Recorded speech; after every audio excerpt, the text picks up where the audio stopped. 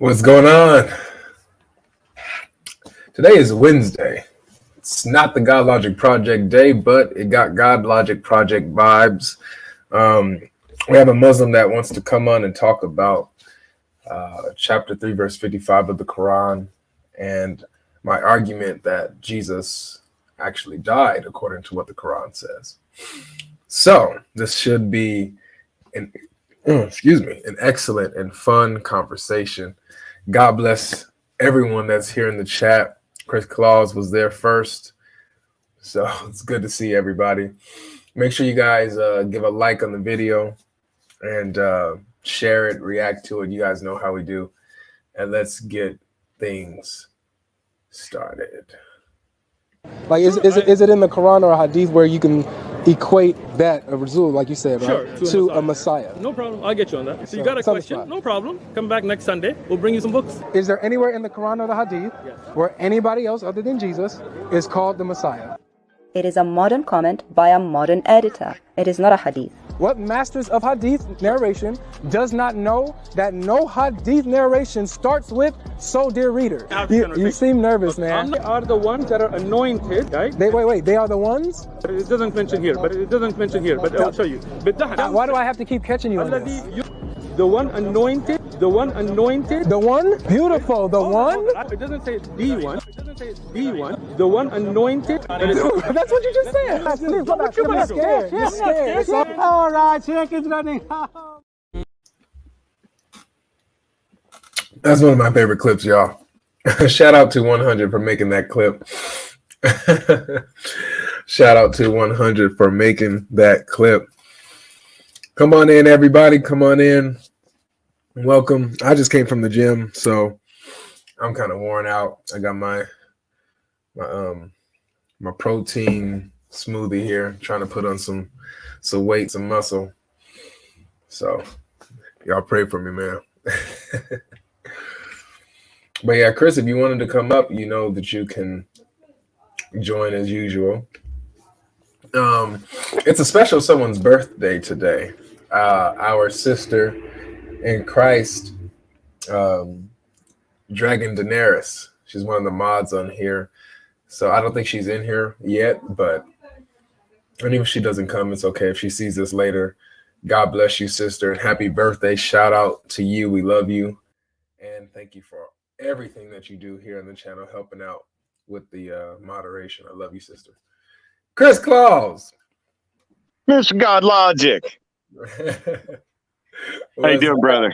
What's going on, man? You at work? I'm still kind of at work. I'm on my way home in just a few minutes. Yeah. But I got to step away for a few seconds. But probably within 20 minutes, I should be home. I also want to say happy birthday to Dragon Daenerys as well. Sister Dragon is a very amazing lady. She does a lot of stuff on everybody's channel. And every morning in Skype, I get a picture from her just to start my day off with a beautiful picture. It's just amazing what type of person she is. Awesome, man. And so we got people coming in with some encouraging words. Love your videos. You're very smart and gifted. God bless you, Cameron. God bless you. I got a lot of help with God, the Holy Spirit, and my brother here, Chris Claus, man. So we go in the trenches together, and it's so fun. It's been a journey, man. Still looking for our Shahada, man. It's not the end of the year yet, Chris. I'm still waiting to say it. I'm ready. We're ready. We're ready, man. Until then, we've been fully convinced to believe in the original Quran that affirms the deity of Christ and his crucifixion and resurrection. So we're waiting on the Muslim guy to come through. Yes, Yeshua. And we're trying to wait for that guy to come in here. Hopefully he hops in. He was on Clubhouse earlier today, actually. He was on Clubhouse earlier today. So let me see if I can hit him up. And was he the one that was talking with Jay on there too? No. He was the one he was talking before Mo started talking. When when somebody brought up chapter 37, verse 12 about Allah being shocked. He was the guy that we brought that up to. Was you Oh, there? okay. You No, in there? no, I wasn't in there during that time. Okay, yeah. So you missed that one then. So let me see. He recently followed me, so let's see if I could get him on, man. But other than that, anything new with you, Chris? Any plans for the channel?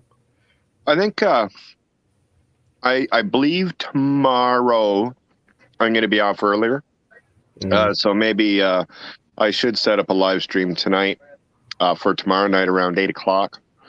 Do an invitation to some Muslims, see if they want to pop in. Yeah. Now, also, I have been eagerly awaiting another live stream that I'm probably going to do this weekend. And what I'm doing is I'm getting all of the apostolic church fathers and the early church fathers and getting their references together, who they are, where they lived, what type in history and what they wrote, and where we can find that writing. Yeah. Because Muslims are constantly saying that the early Christians didn't know the Trinity or didn't understand the Trinity or things to this nature. So I want to get a nice slideshow to fully prove that out. That's beautiful. Yeah, I just in my video that I posted today, one of the Muslim guys was making a claim that the early Christians did not affirm the Trinity, did not affirm the deity of Christ and things of this nature. And it's like, yes, they did, man. I just don't get how they can say that. Here he goes. Hey, Adam, how are you, man? Yo. Yo. What's up, guys? Welcome. Salam al-Masih. Salam al-Masih, Adam. Shalom. Nice. All right, so we here, man. Make sure everybody you're leaving a like for the video so that folks can come in and see it. It can pop up on the recommendations. We got everything New Testament up in here, man. Good to see you, Hunter. And yeah, man. So Adam, refresh our memory, my memory at least. We spoke briefly in the comment section. I honestly don't remember exactly what we said. But go ahead, to break it down. Okay, so it was the video. You're exposing the what am I saying? Kind of the silly sister with her comments. I have to say it. She's really uneducated, but it is what it is. So at the end of the video, you did say something about was it? Yeah. So it was when Isa or Jesus was raised up to God or to Allah. So your point was, if he was with Allah, doesn't that mean he entered his creation, or something to that nature? Okay, I see where you're going. Okay, so before I get to that, let me give a shout out right here. So we have the Outsider saying, just showing you guys some love because I haven't in a while. I thank God for all of you guys and what you do. God bless you, brothers. It's including you, Chris. So thank you so much. We appreciate you. God bless you, Outsiders. You're amazing, man. And hey, you don't always have to be there, but we know you're always here with us, brother. We know that. That's right. And look at the cat for Al-Masih. Al-Masih. I am a Muslim. Muslim means submitter. God logic can't debate me. All right. Let's get to it. Yeah. So the point that I made with addressing that chick was that Jesus was raised to Allah, right? He was saved according to the traditional view. He was, and Allah raised him to himself. And so basically, that would entail that Jesus is with Allah, where Allah is, and has been there ever since he raised him up from that moment. And so basically Allah is not in creation. He is above creation. And so that would mean that Jesus is also chilling above creation with Allah. So that was the point that I was making. Okay, yeah. So Adam, you wanted to okay. I understand that point a bit more now. Okay. So the way the classical scholars like Ibn Kathir and Tabari, they would all like take the non-literal view on race to me. And in general, when Allah is talking about himself and his position or where he is, he always refers to his position in the sky or in the heavens, right? Yeah. Oh, hi, Rob. So in general, when he says, or even there's a hadith that the Prophet, there was a servant who came back from war, and he asked her, "Where is your Lord?" And she pointed in the sky, and she said, "In the sky." And he was cool with that, and he said, free her because she's a Muslim, right? Yeah. So the point is, when it's said he's in the sky, that's a non-literal view, and that's the way the scholars understood it. I don't know. I don't know about that because the Muslim scholars, well, depending on what school of thought you're coming from. Usually, the Salafists, they'll say that Allah really is above creation, right? Yeah. And so he really is up that way, the direction. He really is up there. I don't think it's a directional. It's more of it's like a higher, as in, so in Arabic it's ulu, right? So in terms of ulu, it could like you can easily say it's kind of glory. So it's not necessarily a direction up, but it means above, literally, obviously, but not necessarily up. So above everything, and in terms of position and glory. Okay, so how would you interpret Allah descending to the first heaven? Is he really descending, or is this? All right, yeah, that's a huge point of contention within Muslims even, right? Oh, really? Yeah, so I mean, I do hold the Salafi position. So, and that is that he does descend to the lowest heaven, but how, we do not logically ask how. We just know that he does without entering his creation. Oh, interesting. Yeah. Okay, so him descending is a real dissension, though. Like he really is coming down from somewhere. Yeah. Okay, so because of that, that's why to say that Allah is above the heavens, like that's actual. It's not talking figuratively. That it's talking about his glory and his majesty. That he's just above. Yeah, but if you really say that, if you think about it, my up is different from your up. So depending where you live, it's a different on the earth. So when you say up, right, it doesn't necessarily mean one direction, right? So if, let's say, the universe is infinite, right, and there's no one point he can descend down from. So if he really wanted to descend down, he'd have to descend from an infinite amount of points because we live on a round earth. So I feel like it shouldn't be taken literally. Or he would just sit in the lowest heaven all the time. I mean, that's not the position that the Salafis would take. They would say he's above the seventh heaven on the throne, or above the throne.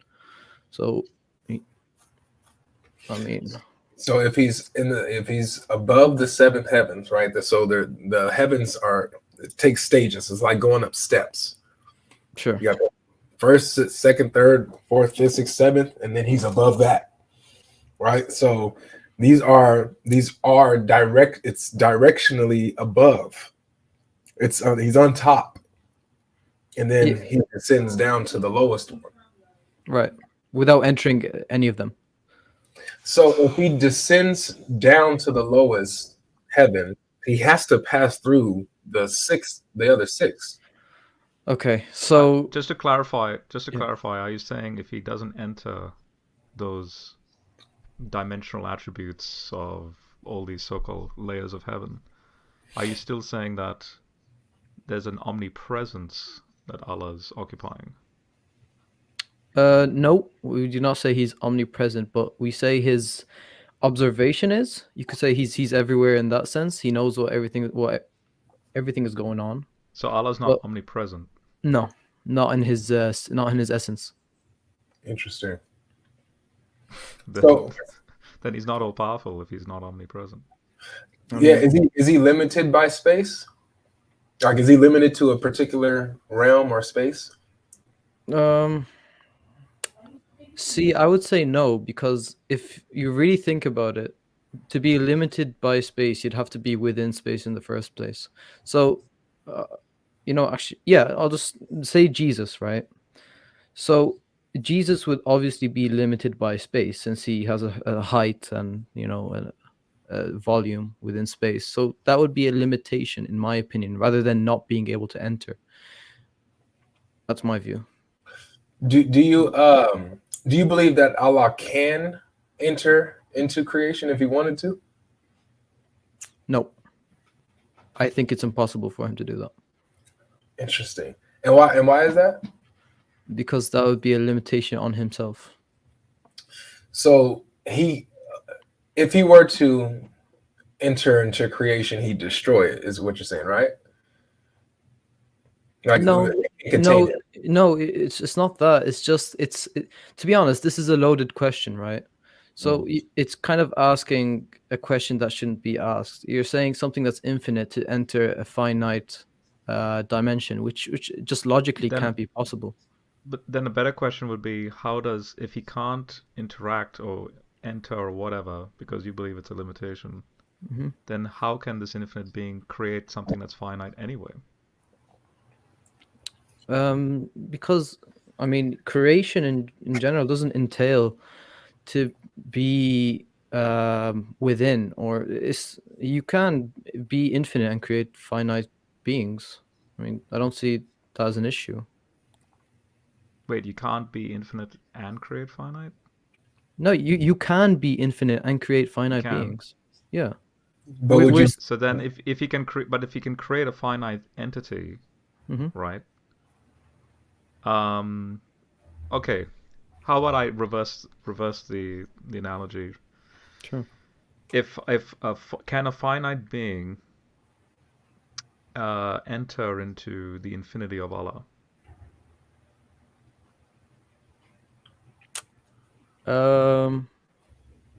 That's a strange question. What do you mean by the infinity? Like his essence? I'm reversing it. So if Allah can't enter into a finite object, can a finite object enter into Allah? I mean, for something to enter Allah, it just doesn't really make sense. I mean, you'll enter the eternal abode of whatever Allah is, right? Logically, yeah, sure. Logically, there's no You'll issue behold with his face, something finite, right? Yeah. Like So something that finite means entering you're infinity. entering into whatever. In other words, you're going beyond the seven heavens, so to speak, right?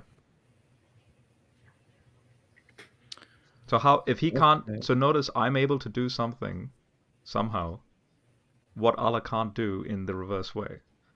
I would find it more logical for God to enter into my space rather than me to enter into his space. That's more logical. So the question you just asked earlier, can something finite enter an infinite thing, right? I think there's an issue with that, just because that's not really the reality of what the reality is, So Allah is an infinite being in a sense, and to be honest, Salafis don't usually use the term infinite. It's not the right term to use. Sure. For We'll Allah. go along with whatever term you want to use, like omni. If you want to say omni, or I don't know. Yeah. No, so he'd be all powerful, I guess. It's not infinitely powerful. Omni being, let's just say all, like sure, all. Yeah. Yeah. So if we go with that, so you're saying, can, let's say, me and you enter into God? That's your question, right? Can we enter God? Or can we enter into God, or can we enter into ontologically what? I feel like the question isn't really worded properly. I don't understand what you mean by entering God. That's because an issue with the question. That's the simplest I can make it with respect to your statement that it's illogical that God can't enter into our dimension. Object. Yeah.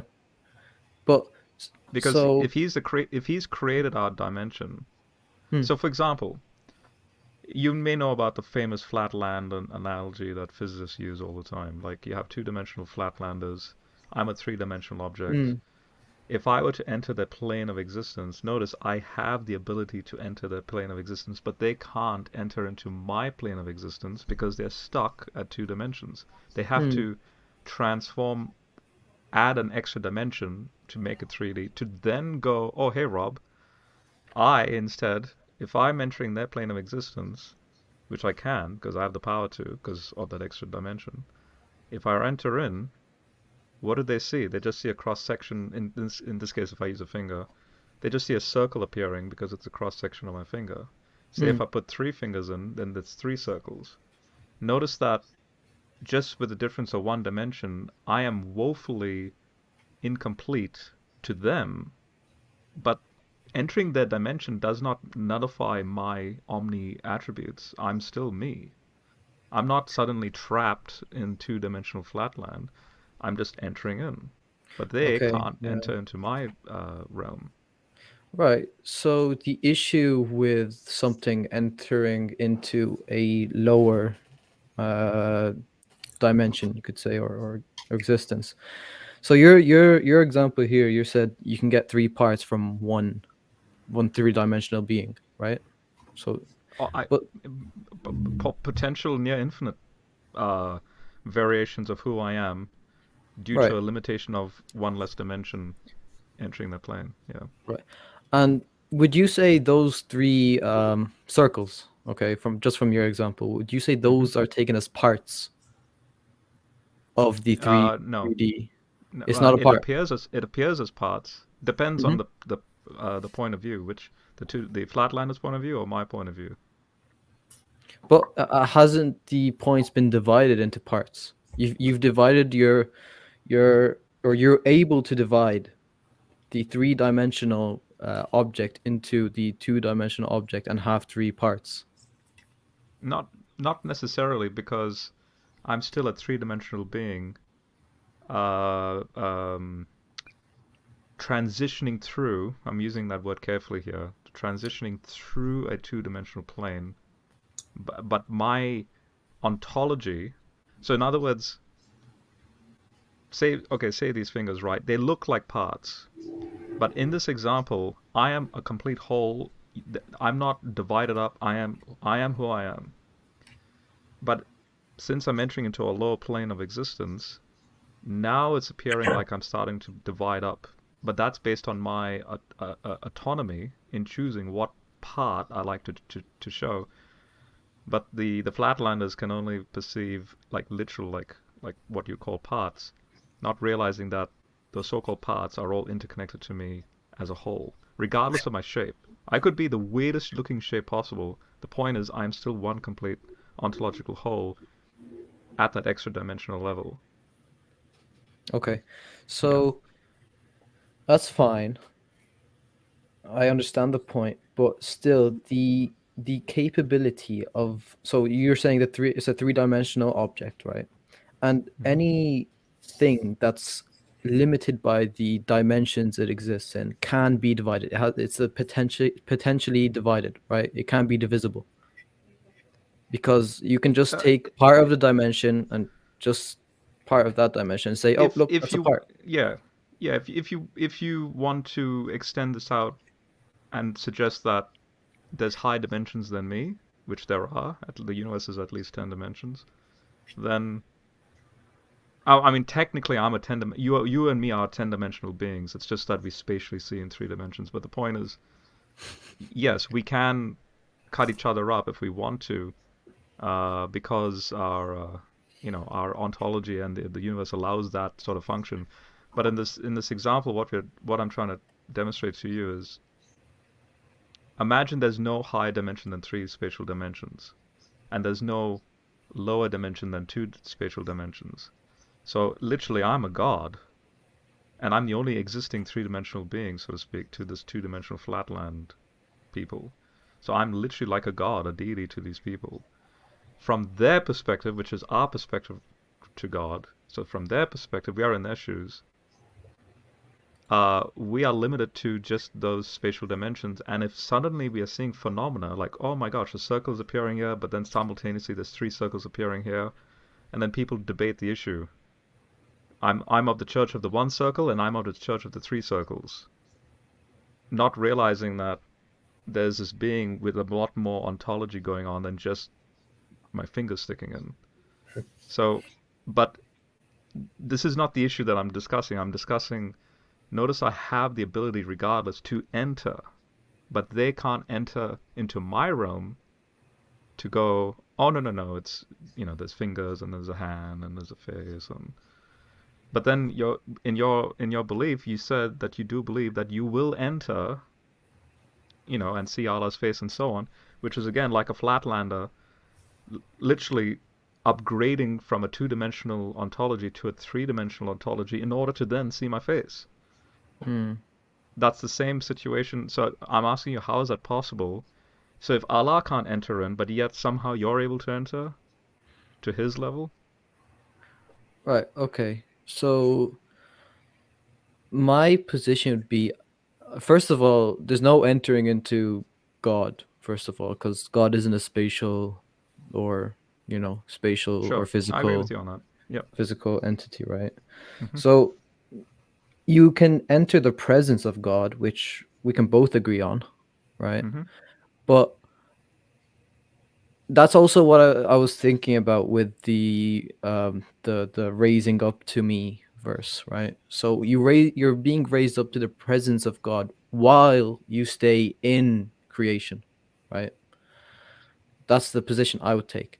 And just for what's it called? The example you gave, Rob, about the two deers and the 3 deers.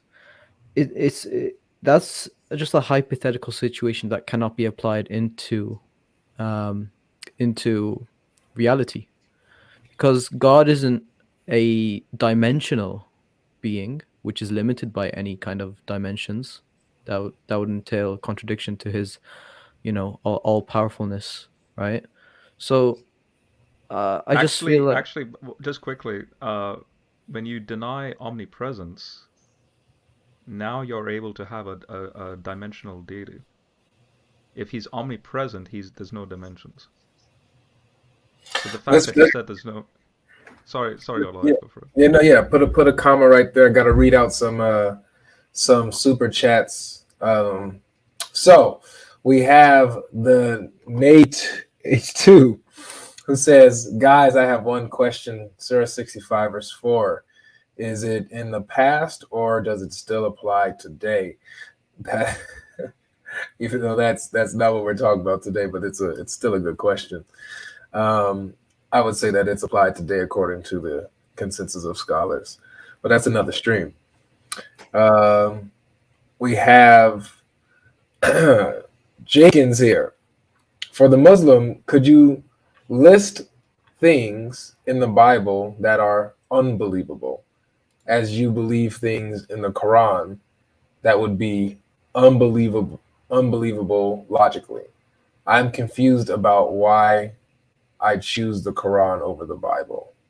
So I guess he's saying, can you list some things that are in the Bible that are logically unbelievable, that logically don't go? Because he's confused on why you would choose the Quran over the Bible, why he should choose the Quran over the Bible. Like, for example, the first thing that comes on top of my head is Moses' sister, Miriam, is the daughter of Hannah, according to Surah 3, I think. And then because Hannah says, I'm about to have a child, and it's a female, it's Mary, and that exact child then gives birth to Jesus. So was Mary alive during the time of Moses? Because Hannah was the wife of Imran, and that's an anachronism that I've yet to have a proper explanation to. So the equivalent I know what here you're talking about. Yeah. Is there a biblical equivalent? Yeah. Right. I think you're referring to Bint Amran, so the daughter of Imran, right? Yeah. So I would say the Qurayshi Arabic, bint, or so bint would mean daughter, right, in literal meaning, but in Qurayshi Arabic it would mean from the seed of Imran, you could say. But is Hannah who's Imran's wife? What's her name? I can't remember off the top of my head. Because according to Jalalain and all the tafsirs, it's Hannah, which Muhammad, by the way, confused with the Hannah of Samuel. But, you know, putting that aside, apparently she's the wife of Imran, and she's having a conversation going, I'm expecting a male child. A female child is born. This female child is called Mary, and as you keep reading down, that same Mary gives birth to Jesus. But hang on, Imran existed during the time of Moses. And then you have, I kid you not, a legend that Mary's body was preserved for 1500 years in order to give birth to Jesus. Like, to try and get around that, that anachronism. Yeah, I mean, that's like completely unbelievable, and I don't think any of the scholars or even the Muslims at the time of Muhammad would even think of that. Maybe it's just a misunderstanding from your part. I just don't see that as viable or liable. Viable. Just to read out this last one from Jenkins again, he says, good evening, everyone. I couldn't make it out to San Diego on my visit out west. You came here to the west, and you didn't come to San Diego. Wow. Kafir. Next time for sure. Yeah, whatever. My heart's broken. Well, thank you so much for your gifts. We appreciate you so much. We have the Nate too. He says, thanks, Godlogic. Thanks for your answer. God bless you guys.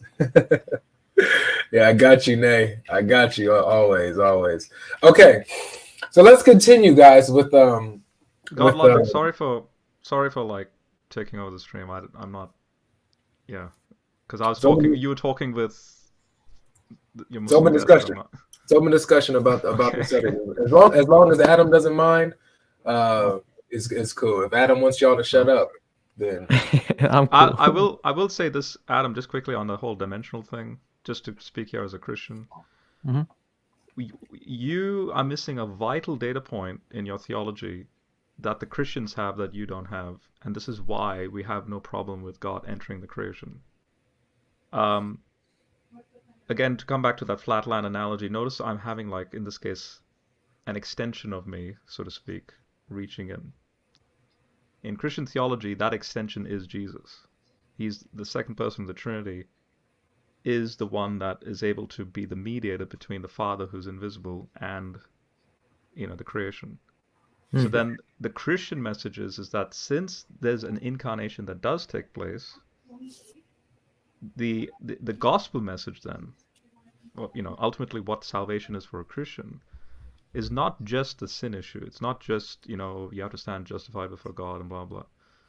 It's all the more how because there is a philosophical and paradoxical problem. How can, if God creates creatures, at the end of the day, these creatures, he wants these creatures to be in direct fellowship with him, but ontologically, how is that possible? Because see, they're creatures, they're creation.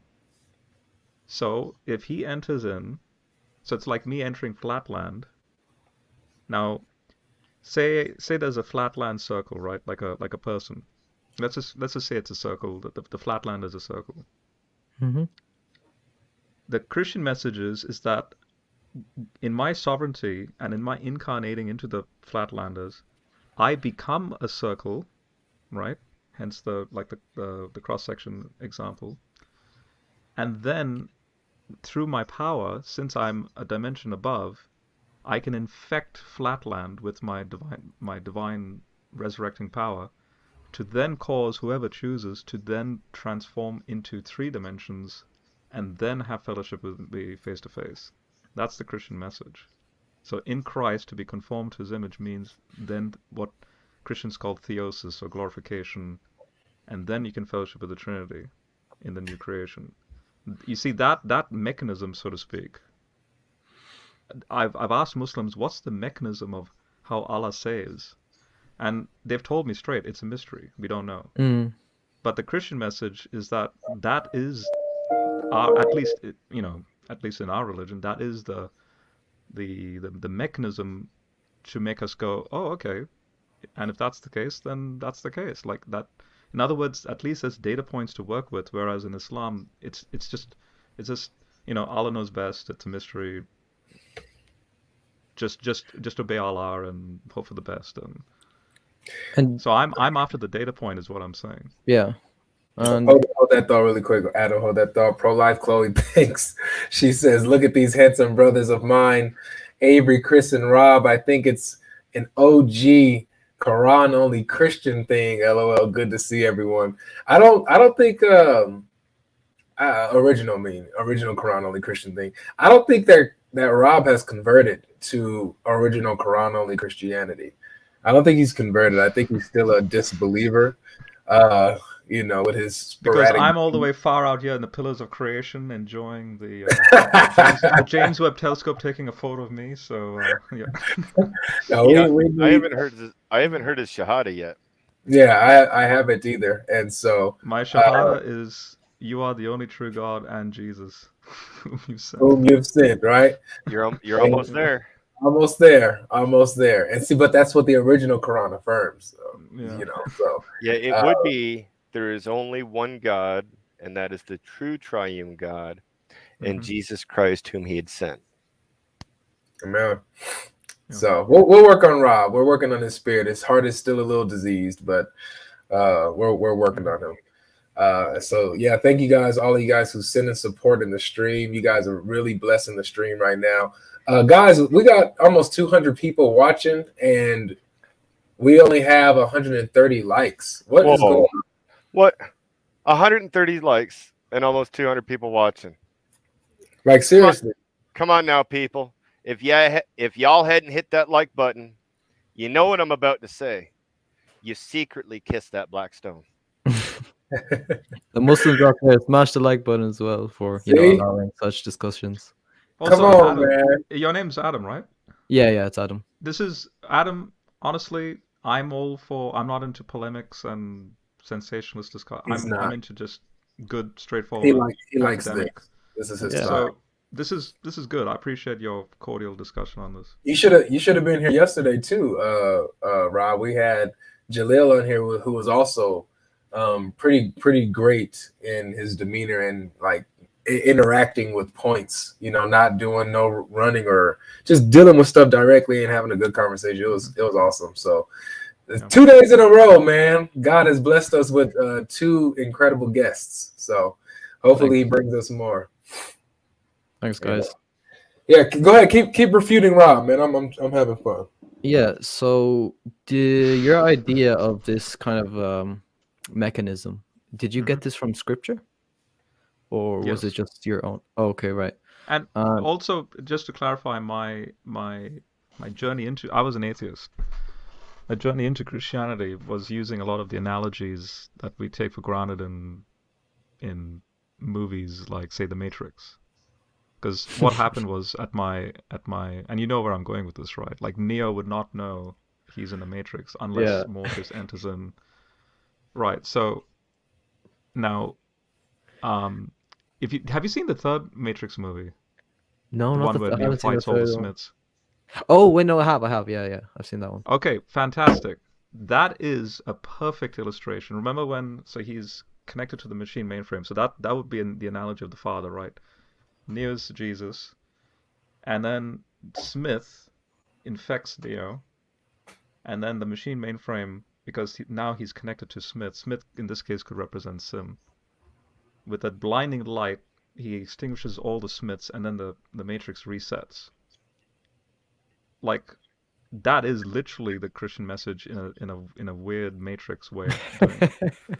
But that is it. Like again, that's the economy of the Trinity. You have the Father, the Son, and the Spirit, and they're all working simultaneous. And it's the Son through, the body that's dying, but then it's the Logos or the Word or the second person that then resurrects the body, and is then able to cause resurrection to practically everyone, past, present, and future, because he's not only omnipresent, he's omniscient, because because he's above time itself. So that's a pretty massive, pretty awesome promise. And the movies like The Matrix utilize that as in their own way. But my journey into the faith was, I asked two questions.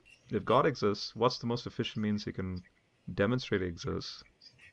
And the second one was, once he demonstrates that he exists, what's his solution to this death and suffering and entropy and decay and all that? So I hypothesized, being a fan of The Matrix, I hypothesized, what if he were to just enter in and say, hey, here I am? But then I realized that would be pretty cool the first time, but then that becomes common after a while. It's like, oh, there's God again. I would then become a believer or a Christian, or like a follower, worshiper of God, if there's some sort of thing he does to demonstrate the logic of why reality even exists to begin with, and why even he exists, and so on.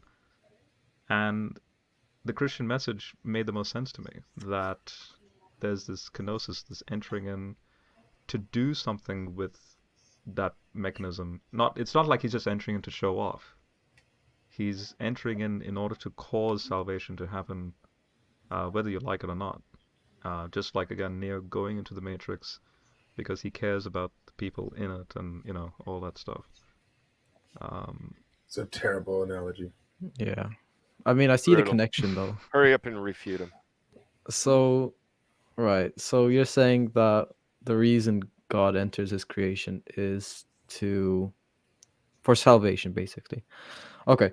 Mhm. So is God's entering into creation necessary for salvation, or can he do it any other way?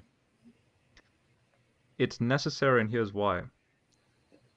So, and by the way, this is going back thousands of years of philosophy as well. Like, say, Leibniz, the mathematician, he proposed a thing known as the best of all possible worlds. That in itself is dependent on prior patristic writings and philosophers, and like you may know about Plato's cave, the allegory of the cave. His No. prisoners chained to the wall, and they only see shadows. Again, the Matrix draws on these. Can you answer the question? Yeah, the point. So the point is, You're running. if God creates, he can't create a perfect thing. Why? Because he's by default perfect. Whatever, and then if you want to put another word next to perfect, say omni. So you can't create an omni being, because he's the only omni being there is. If he was to create notice the paradox in that statement. Create an omni being. How can an omni being be created? Like, So whatever he creates is finite because it comes into existence, and then by default, if it's finite, it's less than him, which then means it's not perfect. It's imperfect. It's corruptible. It's prone to decay. Finally, it'll just die. Then the Christian message is that when Jesus comes on the scene and explains why he's done what he's done, you have statements like, the first creation wasn't God's plan all along. It's the second creation that's God's plan. The first creation was the mechanism to bring about the second creation. The mechanism is that since he creates, and that by default it's finite, then he enters in and then causes glorification to it so that the second creation is possible. Rob, is it necessary for God to enter into creation in order to offer salvation? Yes, because of it's a two creation model according to Christian theology. You need creation 1 in order to get creation 2, and hence it's necessary to enter in. By default, it's necessary. So, what is creation 2? Glorification, theosis, face to face with the triune God through Jesus. How do we accomplish that? Jesus incarnating in, and then we are able to conform to his image through faith and blah blah, because of his work that he's been able to do. by descending down in order to then fill all of the heavens, as Ephesians 4 and Romans. Right. Why did he 11. have to do that? Why did Jesus have to incarnate and come down and do that in order for us to achieve this creation Because too? because if Jesus was to create omni beings, there would be no need to descend down to then elevate them up to an omni attribute. But why can't he just if you already started with the perfect creation, there's no need for the cross and everything that transpired. But why not just snap his fingers and like why go on the cross? Why do all that? Why not just snap his fingers and go? Because if he's snapping his fingers, how? Okay, so if God were to then grab people to his level, they would just perish in his glory. There has to be this mechanism of God entering and infecting the creation with his ontological attributes, which is what we call the resurrection, so that then that's possible to happen. That's a limitation right there. But yeah, why can't God just make just glorify everything or glorify us without him coming down and infecting us with his attributes? Why can't he just infect us with his attributes with the snap of a finger and we be ready and available to make that next step in that glorified state? Yeah, and then that's going back to square one. Like, why not just go, Avery, you're in my presence with a snap of a finger, meaning he's already created you glorified just like that, which means but that's illogical. How can you create an omni Avery? No, but look, you're saying, Rob, you're saying that he has to come down, infect us with his attributes, and basically transform us to be in that next state, in that glorified state, right? That's what you're saying. So why is it necessary for him to come down in order for him to glorify us? Why can't he just glorify us like with a snap of obviously now I'm in a corrupted state, right? I'm in a corrupted state. Why couldn't he just snap his fingers and transform me into where I am now available to be in his presence now? Well, actually, if I may interject real quick. Hello, thank you for bringing me on again. Hi, and Salam alaikum to the Muslim in the chat. Not to us. Well, I want a salam. Yeah. Walaikum. Where's my salam? Walaikum. So I want to make the distinction real quick because I think this is a really big difference between Islam and Christianity is this wording here. So in Christianity, you use the term what's the word? God sharing his glory with you. But in Islam, we say that he showers us with his mercy. So they're two different things. Because if you were to say share their glory, that's like sharing an attribute of Allah. But if you were to receive his mercy, that's out of his permission. So it's like two different things. So if you were to rephrase the question, how does the God in Christianity share his glory with you would be a better question. The sharing, there's no blending or there's no mixing. It's again, the fancy word is the hypostasis of the second person and this created thing. So he has an infinite thing and a created thing in hypostasis. And so, but then the infinite thing is above the created thing. And because of that hypostasis, there's a transformation up. So like 1 Corinthians 15, Paul clearly speaks about putting on the incorruptible. You're sown a physical dust-like creature, but you're raised like the spiritual man in heaven, or you're raised in that resurrection life. There's this lifting up, this transforming up from one ontological state to the next, so that, because if you're conformed to the image of his Son, that's the only way we can be in the presence of God, justified, and because if God says you can't see me and live, how else are we going to be in the presence unless we have some sort of clothing, as 2 Corinthians 5 says, we're clothed with an eternal house built not with human hands, right? that's why it's necessary. It's there's no other way I can't think of any other mechanism for this God to utilize to be in his presence. The Christian model makes the most sense out of all the models I've seen in regards to this process. So when you say in his presence, is that the same as receiving his mercy? Like, can you, like, not and can you because sometimes in Islam we say that we have witnessed Allah, but by his actions or the effect or like what takes place out of his mercy, but not that we've literally seen him.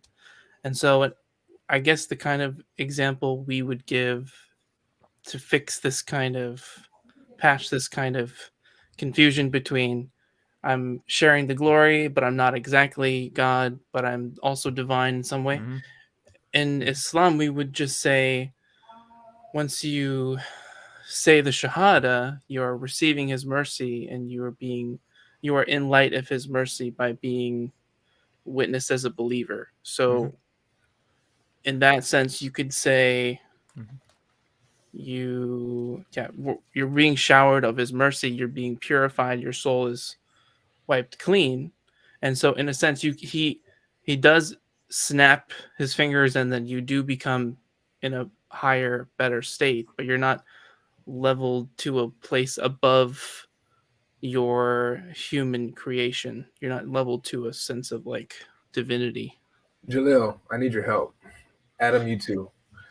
We have 238 people watching. We don't even have 200 likes on the video right now. I like the video already. Okay, you don't have to. I need you to get them to do their. Okay. You got to get the Muslims to do the thing here. Okay. I need you to address. Remember, I'm representing the Muslim community. Mm-hmm. Not going to be any dancing monkey for this Christian stream. Okay, so anyone that does respect the Muslim community and the Muslim ideas and us bringing to the table, trying to push back and find some common ground between us, please make sure you like the stream and help support future conversations like this. Come on now. That's a personal shout out from a Muslim. So like the stream, guys. We got 245 people in here now. Let's get these likes to 240 likes. What are we doing? We need the likes in order for it to show up on the recommendation. All right. So if you're in here and you're listening to these voices and you're listening to Adam and Jalil absolutely refute Rob from Sentinel Apologetics, hit that like button, smash it, do whatever. And we also got Hunter in the house too, man. He hasn't said a word yet. Hunter, you better join in. I'm right here. Yeah. All right. So we're right there now. We're basically at 200, but let's get it up to 240. Come on, we have almost 250 people in here right now. Let's get these likes up, man. If you guys like this discussion and you like these streams, you guys, if it's a blessing to you, please do a brother a favor. Smash that like button. We made it to 200. All right, let's continue. Can you remove the super chat just so I can see the people's names? I don't remember. You can't see the names aren't on display. Yeah, we don't have names on. How do I get the names if you take off the super chat, then it shows the names again. Yeah, I'm pretty sure that's what's going on. There we go. So okay, so your you name. never worked this? I wanted to say real quick, Rob, I one of the didn't know names. that. Sorry, what? I said I didn't know that this whole time. I'm like, where did the names go? Oh yeah, it's a weird. I don't know why it does that. Was it whenever I put a comment up? So Rob, just to let you know, one of Allah's names is the Humiliator, Al-Mudil. Humiliator. Prove it. So just because you're in the pillars of creation, you're not safe. Your arguments being That's exposed. True. Yeah, that's Thinking true. you're far away in the distance. Okay. But yeah, I think I made my point. No, that's why my clothes are glowing right now. So it's okay. So I think I made my point. I think there was a confusion a little bit before, kind of mixing between sharing his glory Yeah, versus I think receiving his I mercy? think Wait, my the point, key. my question, or Adam's question wasn't. I feel like wasn't Yeah. answered, which Yeah. turned Yeah, into my. I wanted to go back to whatever Adam's point was. Well, so I want Well, Rob to answer. okay, I'll. So I think the question was, can Allah Hold on, can Jalil, you slow down. receive Allah's Jalil, mercy Jalil, without slow down, entering creation? Slow down. I want Rob's about to give something. Surah. I'm reminded of Surah 40 to 51, either 50 or 51, that says that Allah can only communicate through so many variations of things, and one being through a hijab, like a veil. True. Right? Yeah. Now, I remember way back, this is when I first started learning about Islam and interacting with Muslims, back in like the Pal Talk days. This is like 5-6 years ago. I asked them, I was like, okay, so why is there this veil or this hijab? And they said, because when you read the tafsir and the hadiths and so on, Allah's glory is such that the mountains will melt and the creation will melt if he doesn't have this hijab. So it shields him, so to speak, like a partition. So then I was like, okay, then ontologically then, how does this hijab able to withstand Allah's glory? And they said, because Allah gives it permission. Now, but then this is when I countered and I said, but if it gives it permission, then it's on the same ontological or ontology basically to be equal to Allah. So now you have two Allahs. And they said, no, that it's a creation, it's a creature, but it's just been given permission. That just makes no sense whatsoever. No Christian, Orthodox Jew or Christian would imagine, in this case, say Jesus, because if Jesus is the hijab, so to speak, of Yahweh, right? For Jesus to be a mere creature that's able to withstand the glory of Yahweh, Jesus has to be that second power or that second Yahweh, or the Son, to be on the same level, but then at the same time to be the one that reveals the invisible God. Ergo, if you and I are going to be in the presence of God, and see him face to face, and according to your theology, we'll see Allah face to face, I expect some sort of mechanism where Allah himself comes down, tweaks tweaks this created order, because it's a finite thing. And how does he tweak it? By literally joining his nature to it, and then bring it to his level. That's the Christian message. I can't explain it any other way. Like I don't understand why that makes. Can I ask a question? Go for it. So you're saying that when you basically go to heaven, or your version of heaven, you change into this second second creation, or second, what did you say was second I can't remember. In Christ you are, so the second creation, or the brand new creation, like at the end of Revelation, the new heavens, new earth. You have this depiction of the joining of God and his created order as being all in one tent. It's this unification. It's this what Christians call the marriage supper of the Lamb. It's this unification now. There's no more a dividing wall, so to speak, between, say, heaven and God up there and earth and humans down here. Now it's all one. So you become God. But for that, sorry? So you become gods, basically. We have the same attributes. That's Yes. the Athanasian Creed, yes. What? Okay. God became man so that man may become divine. That's the Athanasian Creed. That's part of the Nicene Athanasian Creed. What does the Athanasian Creed say? Well, the Athanasian Creed is more Trinitarian in its scope, but Athanasius, that's one of his favorite or famous. This is part of theosis, glorification. Rob, sounds you may like wanna- Gnosticism. Like Hunter's familiar with, like if Hunter Yeah, Rob, in his hold own. on, Rob. Explain theosis first, because you just threw everybody for a loop. Okay, theosis. So there's this thing called deification, theosis. So like 1 John 3:2, what we will be like has not been revealed, but when we see him, we shall be like him, and we shall see him as he is. Like the New Testament, I mean Romans 8, we'll be conformed to the image of his Son. 2 Corinthians 5, we're going to be clothed with an oikaterion, a heavenly dwelling that is not made by hands. We don't become Yahweh, but there's Right. but Please in verify. hypostasis Yeah. with just to clarify, we don't become the creator. We You take should, the yeah, I place. didn't hear. So we're not gods. You're saying that Right. we possess some type of divine nature, though. Think of, for instance, Rob. You may want to explain how we take the place of the divine council. Yes, so this goes into ancient Near Eastern Old Testament stuff about the divine council. That's the let's just keep it simple, the angelic council of God. Hebrews 2 very carefully says God doesn't choose to save the angels. Literally, Hebrews 2:5. The coming world is not for the angels. The coming world is for beings lower than the angels. And then the author quotes Psalm 8. And how is the coming world for beings lower than the angels, which is you and me?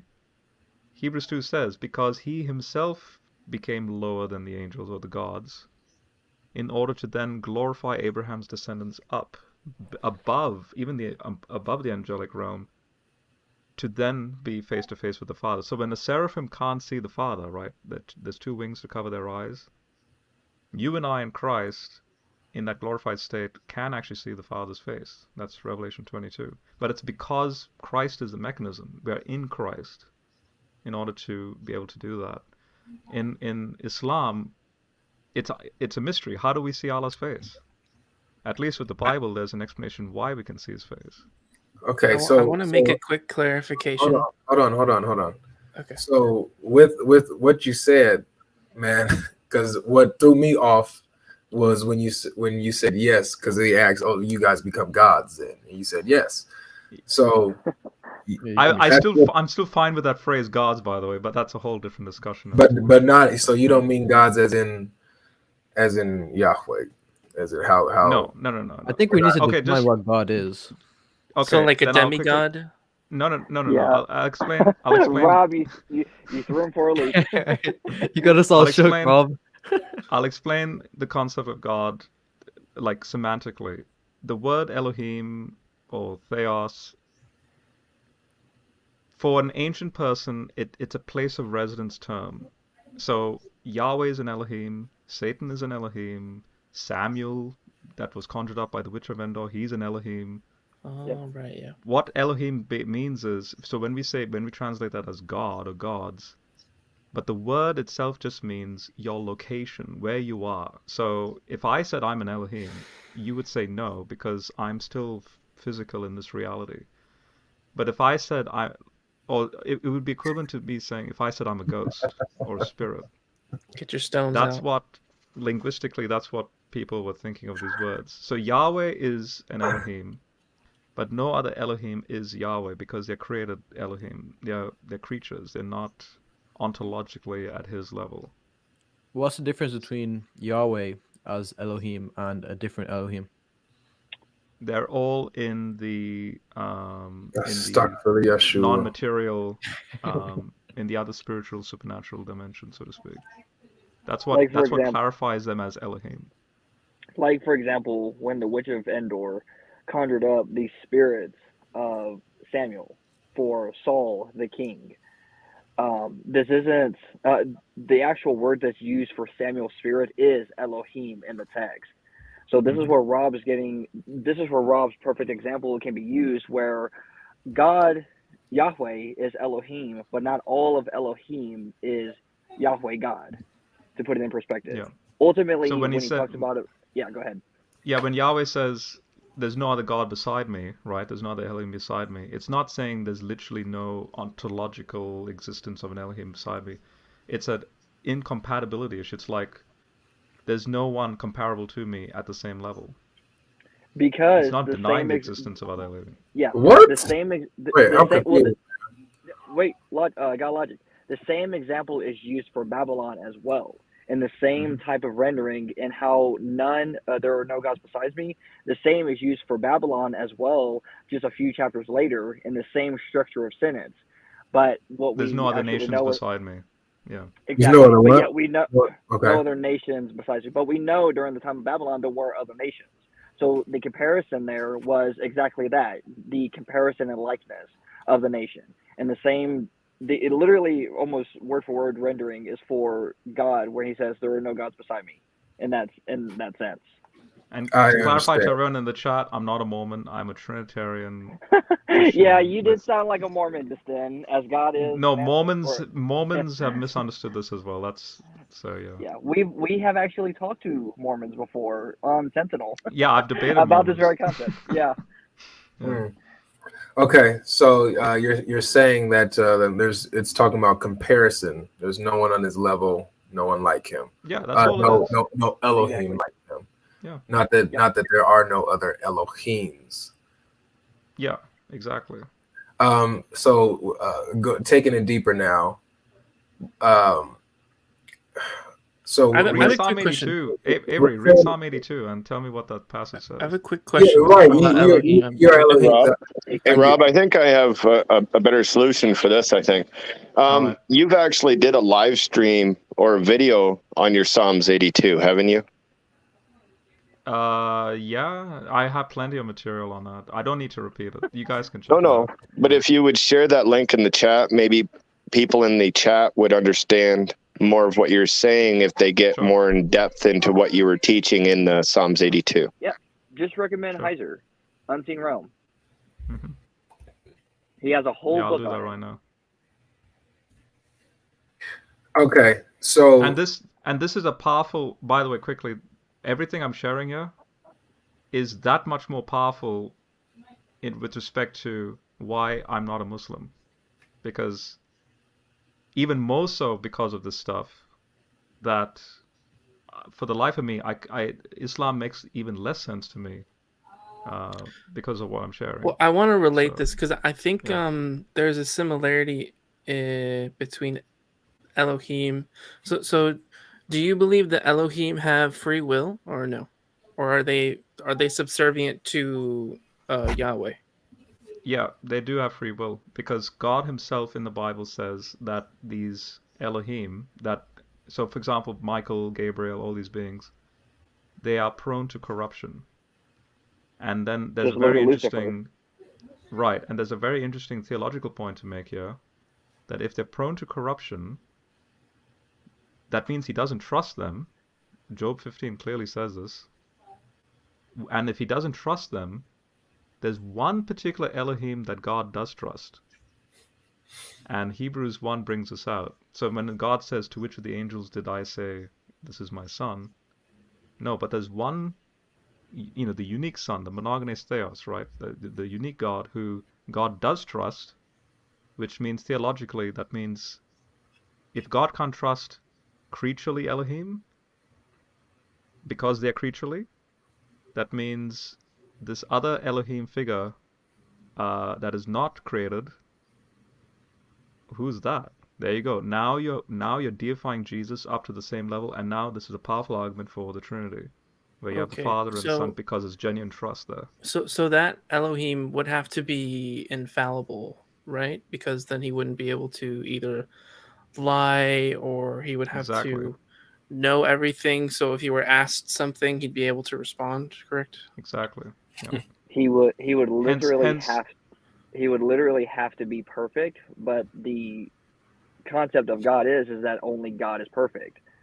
Just Right. like Rob was saying before earlier. And hence the Father-Son, this constant Father-Son language, and hence in the Old Testament, the Lord told to my Lord, or the Son of Man that's approaching the Ancient of Days. Like, there you go. There's your proto-Trinitarianism coming into play. And then when Jesus comes in the New Testament, full-blown, all authority has been given to me on heaven and earth, baptized in the name of the Father, Son, Spirit. Like, bang. You can't get it any more So clearer than that. so Jesus is infallible? Yes. Oh, okay. I feel like Rob's hype man right now. Because the Father trusts the Son. you are. The Father trusts the Son, hence he's infallible, and the Son trusts the Father, because the Father's infallible. There's your one-to-one But the Father can't trust a creaturely being because. But if they're you're prone to if you're corruption. infallible, that means that you should probably be all knowing, then, right? Yeah, So is Jesus all knowing? he is. Okay. Oh yeah. Yeah, he is. So Yeah. how is it that he didn't know that the tree had fruit, even though he thought he did? Shocker, right? I bet you never heard that one before. We Boom. thought you never asked. I've written a commentary on that. And so what's your Um, excuse? Okay, my excuse. Short and easy. What's happening is Mark, as an author, is writing to a Roman audience, first and foremost. And the build-up is such that it's led to Jesus entering into the temple complex 1 week before he dies. What then happens is that he's demonstrating the fruitlessness of Israel in the same fashion that because if he's not omniscient, I mean, if he was omniscient, then surely at the start of his ministry he would have just come out with it right from the start, like, Israel is fruitless, blah blah. Let's just get this thing over and done with. No, there's a whole 3.5-year ministry that he does to then finally, at the right time, because he keeps saying, "My hour's not yet, my hour's not yet." That in itself is a telltale sign that he's omniscient. So at this right time, he gives a teaching lesson, which, guess what? There are examples of exactly that throughout the Old Testament, of say in this case approaching a tree, or some sort of like what scholars will call like a performance play in a hyperbolic sense, in an exaggeration sense. Okay. So that doesn't nullify his so-called omniscience. I think a better question that you could have raised was something like, the Son doesn't know the hour. But then my answer to that would be, first and foremost, notice that he's talking in the context of the destruction of the temple, which he predicted, which is 70 AD. Well, actually, before we go there, the Yeah. verse right before the one with the fruit, it says, Matthew 21:18, early in the morning, as Jesus was on his way back to the city, he was hungry. Wouldn't that make something hungry be dependent on something? But now what you're doing is that's not hypostasis. What you're doing is you're conflating. So the is the 100% God hungry, or is the 100% man hungry? 100% man is hungry, not the God bit. But Jesus is both. Yes. So if Jesus is hungry, it means both are hungry. No. So this is the hypostasis model. They're not separate, but at the same time they're not joined. That's the paradox of the hypostasis of the two natures. Well, you say paradox, but I would say contradiction. You can't be both. Not necessarily. That would make Jesus dependent on the Father, which when he says, Because to use the flatland analogy, if I'm entering into the plane of the flatlanders, am I now I didn't a like that two-dimensional being? analogy, actually. Yeah, what I would say here is that it is not a contradiction, because as Christians say, and as Rob was just saying, the divine nature and the human nature, both natures dwell in the divine person of Christ. Okay, so Matthew, when he's writing, does he know whether it's talking about the man or the God part? What do you mean, the man or the God part? Well, there is no man part or God part. I don't understand why you're misrepresenting the Christian worldview. Just a second here. I don't understand why you're misrepresenting our Christian worldview, because we believe that Jesus is 100% God and 100% man, not a God part or a man part. Well, I can't remember his name, but he said that only the 100% man was hungry and not the 100% God was hungry. So how does Matthew make the distinction between because whether both of those natures Jesus do being not hungry intertwine? is his human nature or his godly nature? No, but how does Matthew make that distinction when he's and writing here? at the same time? It's either A or not A. No, you see, you're trying to make the assumption that Matthew is making this guess. You're first off coming from a whole different standpoint from what you should be. What Matthew is being inspired by the Holy Spirit. So as I've already He's gonna be said correct. multiple times, is that there is two natures that dwell in the divine person of Christ, a divine nature and a human nature, and they do not intertwine. Right. So if he knew that, don't you think he would make the distinction between the divine part of Jesus Not and the necessarily. human part of Jesus? But Matthew does, like all the gospel writers do. It just says Jesus. John, It doesn't say, no. no, Because no, you no, said yourself, no, Rob. why? Rob. You Mhm. said the 100% man was hungry, but not the 100% God was hungry. So how does Matthew know which is which? Don't you think he should have made the distinction? But did he not already make the distinction right from the first chapter? Which, by the way, just to clarify, Matthew's not the first gospel. So I look at the gospels, their compositions chronologically as well, because I take the synoptic problem seriously. So Mark is the first gospel, and then it's debated which one's next, is it Matthew or Luke, either way, and then John's last. So, but the funny thing is that Mark, which Matthew or Luke is using, and then they rephrase certain statements, Mark is actually emphasizing the deity of Jesus through his actions, already acknowledging his humanity. By the time you reach John, John is actually having to defend the humanity of Jesus against heretics that were saying that he's only divine, which were the Gnostics. Yeah, exactly. So my question to you is, I think that's my response to your question is, you're not being sensitive to the fact that we're talking about a certain genre and the way, say, Mark communicated literally Jesus as this, he's already human, but there's this inner divine sort of like God being that's dwelling him simultaneous. But it's not laying out a systematized theology of how that works. It's just saying these are the actions that are only associated with Yahweh of the Old Testament. By the time you reach church father, patristic writings, and the systematization of how this works, the semantics of it and so on, and the mechanisms, this is then we throw in terms like Trinity and hypostasis, and these are all like in my paradigm, in the Islamic paradigm, we don't have to make all of those kind of assumptions. All we know is that God is uncreated and man is created, and so there's not really any interweaving between the two. And to refer back to the Elohim part, I would say since you consider Elohim to have free will, we would consider that similar to like jinn. Jinn have free will. The angels don't have free will, and so I wanted to also make that distinction that that's our sort of.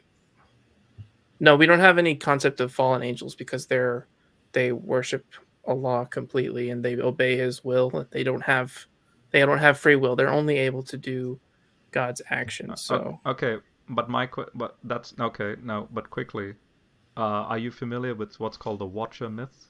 They're known as the Watchers, the equivalent of the angels, but they're known as Watchers in Jewish mythology. Well, it's because not in Islam, so I don't credit it as useful. But then this is the reason why I'm raising this question is because I can cite you some scholarly papers on this by scholars in Islam that actually say that there's a Watcher myth in Islam to give an answer as to why there are jinn to begin with. So the Bible and the Second Temple Jewish model is that the jinn, which we Christians would call demons, are not the fallen angels. The jinn are the disembodied demi-gods, what the Bible calls the Nephilim, that Jesus has to encounter and work with.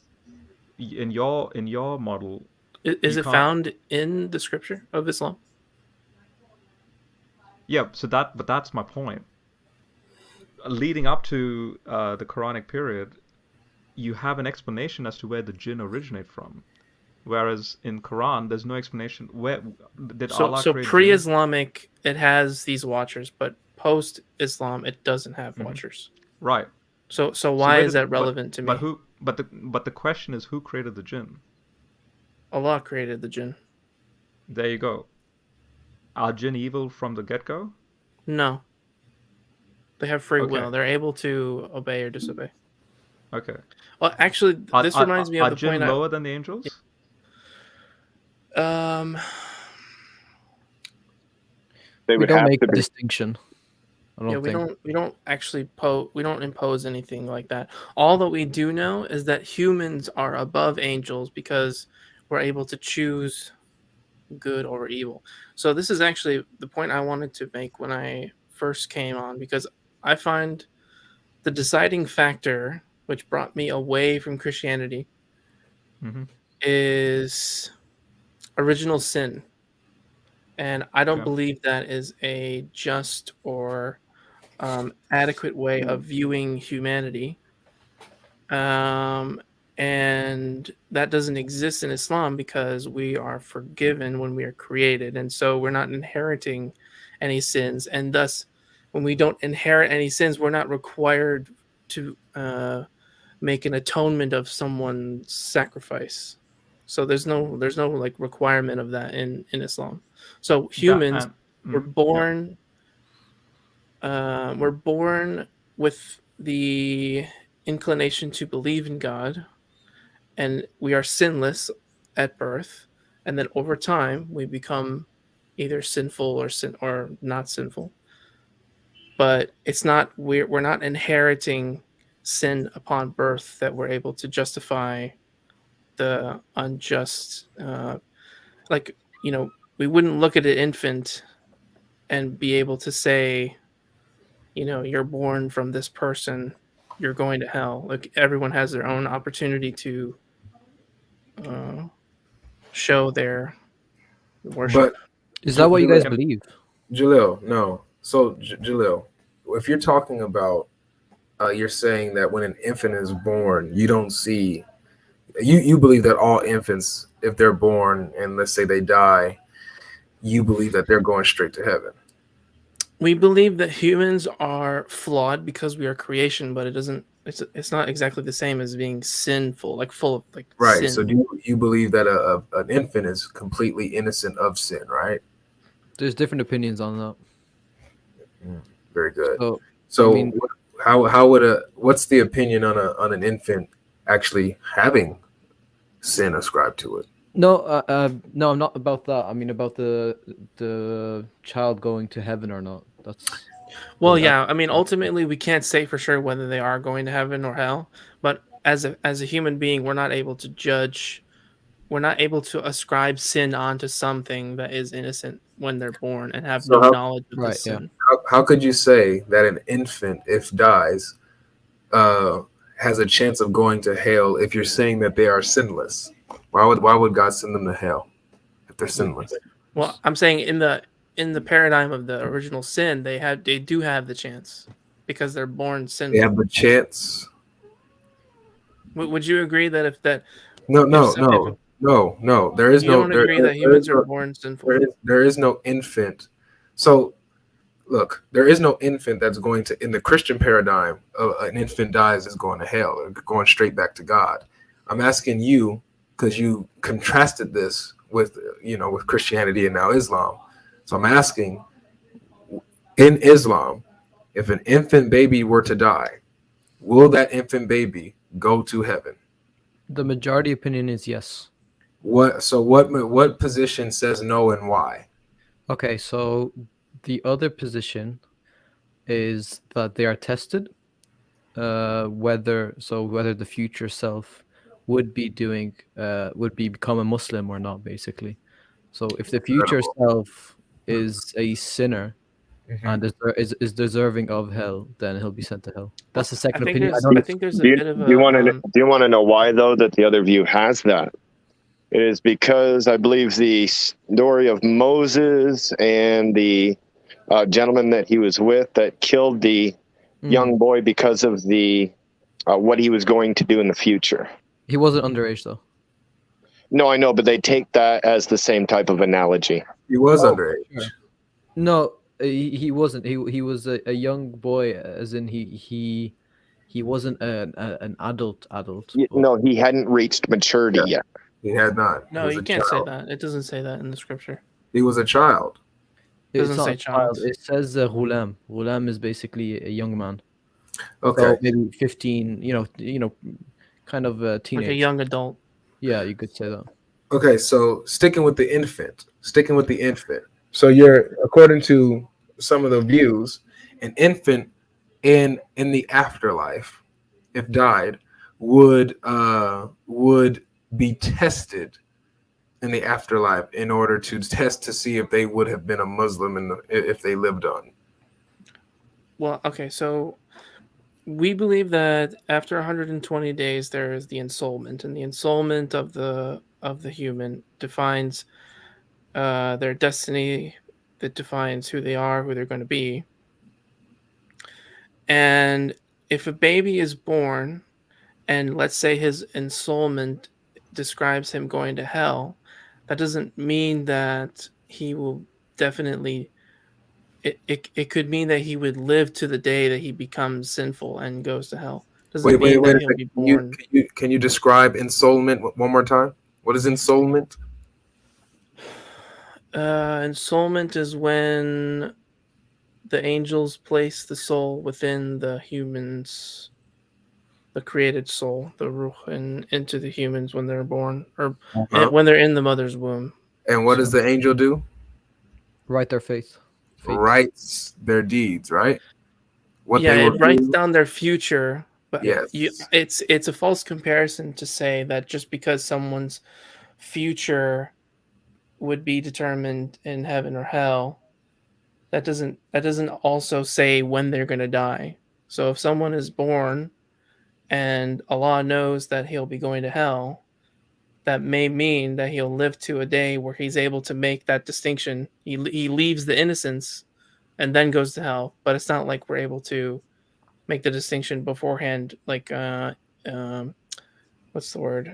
We're not able to do it on behalf of Allah.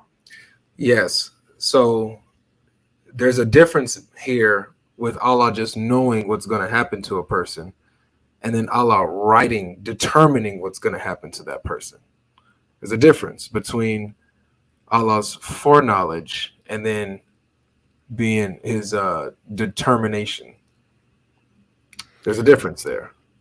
Yeah, this is how we are able to reconcile free will in Islam, because just because he knows the future and everything happens by his permission, humans are still making the choice. That's not causal.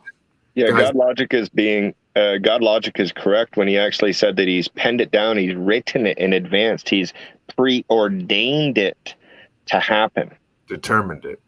Right, and how we get there is our own choices. No, it's not, because your deeds are written. How you get there is even written. You're already, so Allah has it written down, determined what you will do and where you will go in the afterlife. It's not that he just has knowledge of it. He determines it by writing a script. It's not causal though. Well, it reminds me of the greatest debate that we're ever going to see, right? The debate between Adam and Moses. When Moses accused Adam of being the one who sinned originally. And Adam said that you cannot blame me for something that Allah had written 40 years before I was created. Mm-hmm. And then it actually said that Adam refuted Moses after that. So isn't that what that logic is saying? It was written that he would sin, but it was also written that he'd be forgiven. So you can't blame someone for sinning after they've already been forgiven anyway. Where does it say that? When after, well, I guess if you want me to pull up the scripture, I could. But basically, it doesn't say that. Yeah, basically it says after Adam and Eve ate from the tree. It's 9 surahs the way God logic. Yeah, basically. I know what he's saying. Fataba alayh. Yeah, it's part of the. It is there. Yeah, Adam does ask for forgiveness. I think it's 9 surahs or 7 surahs later or something. Yeah, I'm not saying that he didn't ask for forgiveness and wasn't forgiven. I'm saying he said that it was written for Adam that he would be forgiven for this. Like, where does it say that? Because we have it explicitly stated that it was written for him to sin.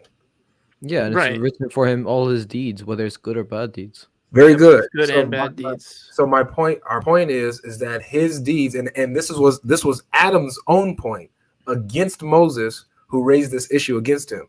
He said, you cannot blame me for what I did, because what I did was written for me to do long before I was even created. So it wasn't his fault, is what he's saying. I'm not responsible for my action because Allah made me do it. Well, if this is a hypothetical, obviously. But if he were to never repent, then yeah, probably you could blame him. But that's not how. No. His repentance after the fact has nothing to do with the action committed in the first place. Can I ask a question? Sure, but guys, deal with this. Deal with this. I can deal with this with a question, I think. Okay, sure. Right. So, what difference does it make for writing down the deeds rather than just knowing it? So, since God or Allah is all-knowing, what's the difference if He wrote it down or not? Because you can't marry foreknowledge and predestination. Yeah, but it's not predestination. He's writing down his knowledge. That's writing. No. So like for example, if I'm writing a movie, a script, the difference between me knowing what an author will do and me determining what an author what a character will do. Me as an author, I determine what the character will say, will do, where he will go in the story, what will happen to him, all these things. I write it down. I determine what will happen. That is different than me not writing a script and me just knowing what will take place in the story. Me just knowing. That's the difference. For example, let's say I know of the movie already. Let's say I've seen it before or something like that. I just have this future knowledge of it. I've seen it before. I know all things. I know what's going to happen. My knowledge is not what determined the actions of the characters in the movie. You just said it. It doesn't determine the actions.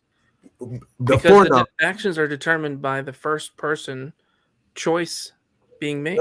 You literally only heard the second analogy and ignored the first one. I take the whole picture. The first example A is the author, write the script of the movie, therefore determining the actions of the characters and the outcomes of the characters. We all there so far? Yeah. All right. So I determined their actions in their future, what will happen to them, yada yada. I determined that by writing down their script. Yeah, but we don't say that. We don't have the script though. As opposed to, it's not about us having the script. It's not about us having the script. It is because if we had the script, then it would be determined. It's because about we don't have the script. We don't have Allah's knowledge. Was a script written? Yes, the script was written. In Allah's perspective, everything is written. And our perspective, it's not about Jalil. It's not about perspective. It's about Allah actually writing down what will take place. That's what the hadiths teach. But Avery, we don't know what Allah has written for us, is what Jalil is saying. Okay, well, how does that negate the fact that what I do is determined by Allah? Because we don't know, we're able to make the choice. We have the sensation, we have the feeling of making a decision, and Allah has granted us that. No, so whether or not this is what you guys will be proving, is that your free will is just an illusion, because Allah has written how you would feel. He has written what you will do. He has written your outcome, and all he has, and he's just generous enough to allow you to think that you're making free choices. It's an illusion. Amen. That's exactly what we say. No, but so it's determinism, and free will is an illusion. So it's an illusion in the sense that it's real to us because we have the decision to make free. We have the decision to make choices. Right. Now, to use a physics analogy, if anyone does hear physics and you put, say, time as a variable in the equation, like, say, distance equals velocity times time, right? Like something like that, right? Now, over time, I'm moving this mug, I'm opposing gravity, and I'm doing like an arch sort of like movement, and it's going down to another location. The only way that this can even operate is if time as a dimension property is moving forward unidirectional in a finite way, right? So therefore, I can't know the future. As I'm transitioning this mug over, I don't know what's going to happen. Suddenly the mug could shoot up there, shoot down there. But the point is, I have this intent to move it here. But Allah has already written that it will land up here. It's just that me as a finite creature, I'm having the sensation of the unknown. Like, I still don't know whether it will be there. But, oh, look, see, it is ending up here. So it's, in other words, it's a self-discovery, but it's still an illusion. I don't actually have a genuine freedom to say. So in other words, say if I move the mug, and then I oppose Allah's will by going phew, instead of landing it here. That's genuine free will now. So guys, so thank you for, okay, you said you guys got the point. So that's the difference when we're talking about determinism, right? Determinism, and then versus free will. That God doesn't determine what you do; He just knows what you will do. It just has that foreknowledge, but He didn't determine that you will do it. Do you have free will? Determinism. Yes, and the free will that we have, our God is all-knowing and knows all choices that we would have and all of the endings that would happen in those choices. But we have the choice to still choose into those choices, even though God knows all of the choices and all the endings of those choices. He has not written for us exactly what we will do in those instances, unlike your God. Whoa. So your God is not all-knowing. Hold then. on, yeah. How is your God all-knowing if he doesn't know wait, which wait. choice you're gonna pick? That's what makes it true omniscience, though. How? The fact that he doesn't predestine the choices, that's what makes it true omniscience. But that's a lack of knowledge. No, it's not a lack of knowledge, guys. He knows the choice that you will make. So he's freely. willfully Doesn't know your ignorant choice, of the though. future. Guys, what are He you not chooses getting? to be ignorant of the future. No, you How didn't do hear what I said. What I said is that God knows all of our choices and all of the endings of those choices, all of the different paths, all of the different choices that go with may those not different occur. choices. He knows all of those all the way down to its end. He Okay, knows yep. them, but he doesn't predestine each of those situations for us. Does There's he a know difference. which choice you're gonna pick? He knows it all. We He ha- just said it. Okay, so that's Wait, predestination hold then. on. No, it's That not. is predestination. Hang on. No, it's No, not. the whole point of the matter is that just because he knows it, that doesn't necessarily follow that he's That's what the we're one that saying. predestined. No, Yeah, you're we're, Hunter, I don't see how you guys are give- disagreeing with us on Hunter, free will. I mean, this is pretty give- basic. Hunter, are you aware of the David soul? Christians and, like soul and chasing Muslims should David? be agreed on the fact that we have free will. I mean, I don't. No, the thing is that you're look, as Muslims, you agree with us that you have free will, but Islam doesn't teach that you have free will. Islam teaches that Yes, it your does. actions and deeds are determined.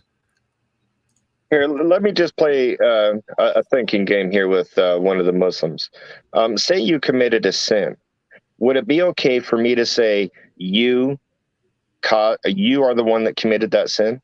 Yes. Okay, so when Moses said to Adam, you are the one that committed that sin, what did Adam say? So when who said to who? Say that again.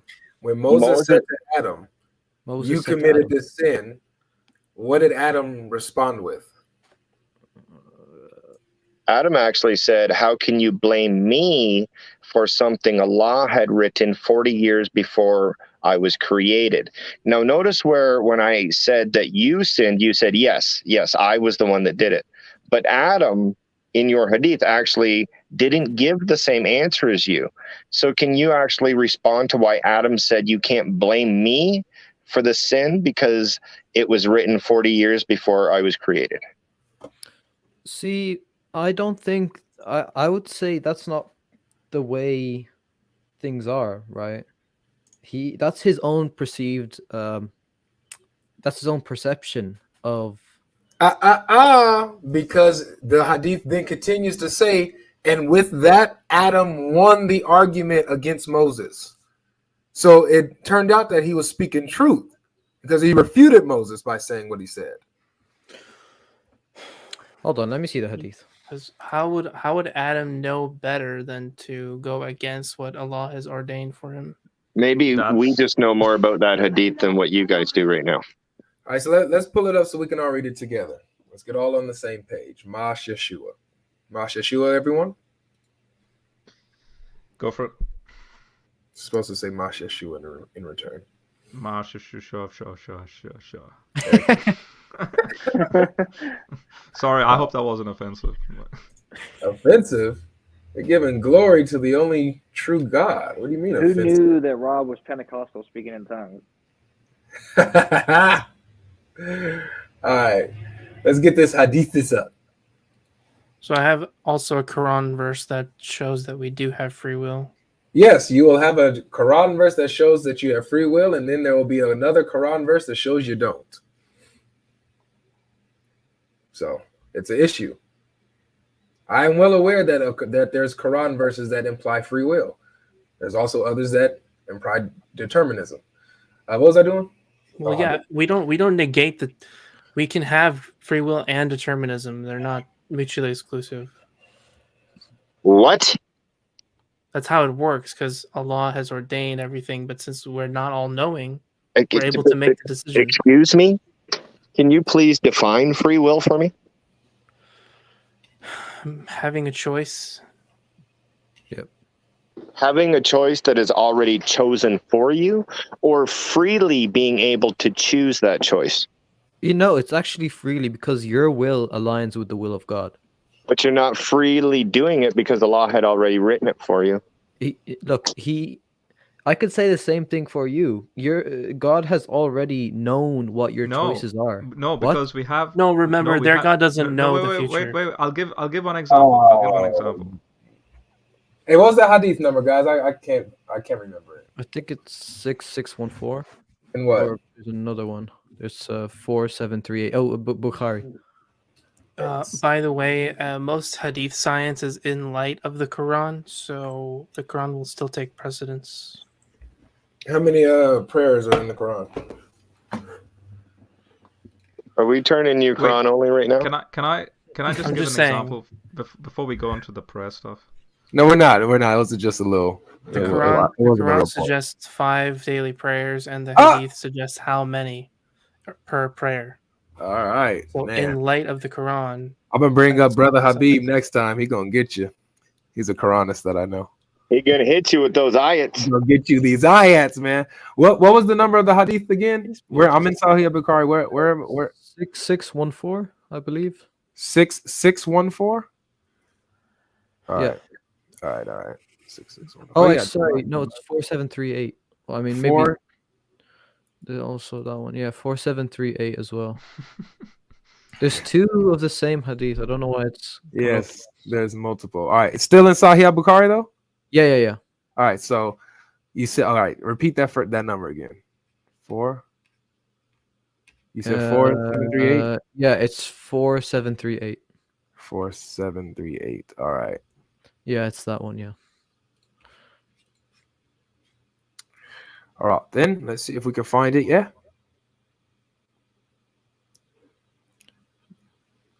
All right.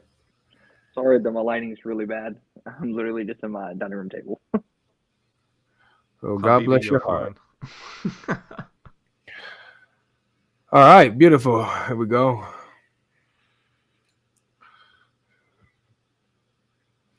Where's the other one that says written? I like that one that says written. Well, ordained, same thing, but written is just puts more umph on it, you know? Where's that one at, Chris? The one that says written for me before he created me. And it says 40 years. 40 years before I was created. Before you read this, I'll just quickly say this. In Samuel, you have Saul chasing David. This is 1 Samuel 23, I think. Either 23 or 27. No, can't be 27. It's pretty sure it's 23. Where God warns David that, hey, Saul is going to come and get you if you stay in this place. And he's going to kill you. And so David goes, okay, then I better move. But he has the choice whether to stay or to move. Now, when he moves, so he does decide to move, Saul stops the pursuit. He just changes course and does something else.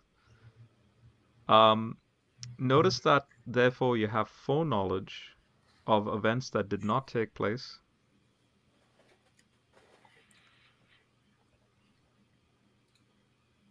So I just wanted to throw that example there, where you have God having a foreknowledge of events that ultimately did not transpire.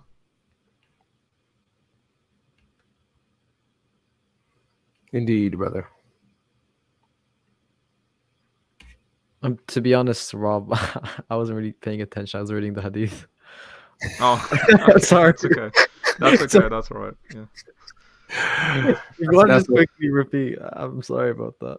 That's what most No, it's people all do when good. he starts talking. It's all right. At least he admitted he wasn't paying attention. Other Muslims would have tried to argue, right? Or right off the bat. That's what I was thinking. Like, I would have heard a Muslim come out and be like, "Oh, where does Jesus say I'm God? Worship me." All right, thanks. Hey, shout out to 100, man. This dude is he's always clutch for this channel. He's on fire. He's on fire. I don't know who you are, man, but we love you, 100. For real. All right. So here's the one. This is the one I like. All right, then. So it says here, narrated Abu Huraira, the prophet said, Adam and Moses argued with each other. Moses said to Adam, "Oh, Adam, you are our father who disappointed us and turned us out of paradise." Then Adam said to him, "Oh, Moses, Allah favored you with his talked to you directly, and he wrote the Torah for you with his own hand. Do you blame me for action which Allah had written in my fate 40 years before my creation?" So Adam confuted Moses. The prophet added, repeating the statement 3 times. All right, there we go, guys. We got it.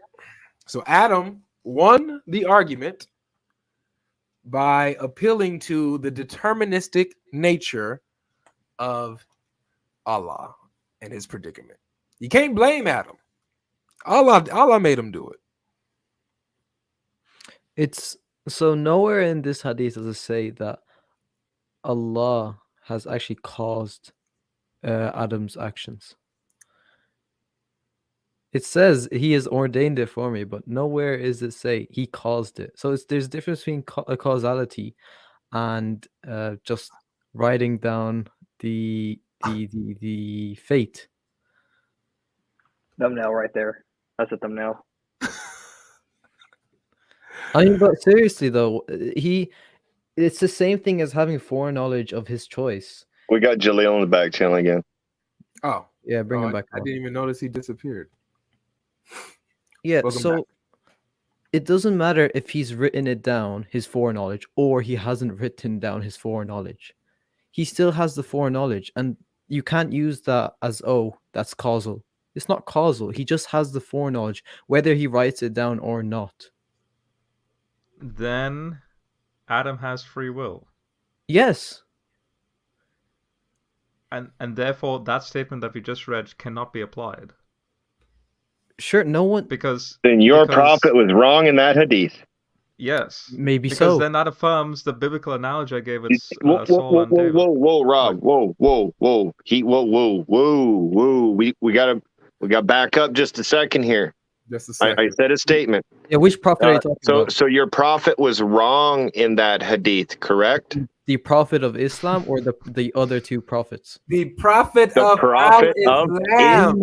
Okay, right. So the prophet of Islam never actually said that it was correct what he said. The prophet said... Yes. Let me just finish. And then it says at the end, the prophet added, repeating the statement 3 times, meaning he refuted him. He refuted him. It doesn't. Come on, Adam. Okay, can I just please? Yeah, go ahead, Adam. Come on. It doesn't necessarily mean it's correct. What Adam! Refutation doesn't mean it's correct. Oh man, don't say that your prophet is lying. No, Don't do that, I'm Adam. not saying the prophet's lying. I'm saying the statement Adam said doesn't necessarily mean it's correct. Adam! Adam! I got a Your question for you, Avery. Your prophet isn't So- accurately representing what he's saying? No, Okay. that's what happened. So It- Avery, let me Wait, give you an so- example. It did happen. Wait, He hold on. did get So- refuted. Okay, So guys, are you- let him continue explaining. I'm interested to see like. Okay, I want Justice to give an example real quick. So, Sure. Avery, you come across a guy who has a lot of tattoos, right? He converts to Christianity. Afterwards, do you blame him for getting tattoos? Whoa. That How has not- does that have that does- any How do you relation? blame some? Okay, so the Wait, time out, context here. Jalil, please. The context please. here is that Adam, before please. he was given the knowledge that it was sinful, Please, he was hold made on. aware of it, and so he repented. Please, So how could you blame Adam for doing something that he had no knowledge of? please. Here's the question on the table. Did Adam win the argument by saying, you can't blame me, Allah made me do it? Yes. Does Adam win the argument by Yes. saying that to Moses? Yes? Yes. Adam, you with me on that? Yes, I'm with you. Okay. So that means that this statement by Adam was correct, right? Nope. Then how does he win the argument with a false claim? Okay. Have you ever seen debates where two instances, which maybe some Muslims win a debate and sometimes Christians win a debate? Does that mean both of them are correct? Bro, no, I've never seen. Okay, I'm right. talking about an argument. Yeah, We're in an But argument. Muhammad are two agrees with false- Adam. This Yeah, is it literally- a revelation given to Muhammad. Hang on. Wait, hold on. It literally says the prophet Adam, repeating the statement 3 times, Adam confuted Moses. So therefore the prophet agrees with Adam. I'm so lost. So was Muhammad wrong? Wait, I don't understand where you guys are saying that he agrees with him. Well, okay, let's be No, fair. guys, hold on, Confuted hang on, does hold mean on. to prove the other person wrong. Maybe that's just a misunderstanding of Adam there. Okay. Of Babylon. Okay, so the Adam- word Let me confuted back does up mean to then. prove Moses wrong. Yeah, And I think so it's wrong for Moses to blame Adam for doing something that was wrong at the time, that he had no knowledge it was sinful, and he repented. So wait. Did Allah not tell him not to do it? he was given a warning not to do it, yes, but because Beautiful. humans So have he free knew. will. Yeah, he has free will. He could choose to do it anyway. Absolutely. The point is that Adam knew not He didn't to know. do it. He didn't know.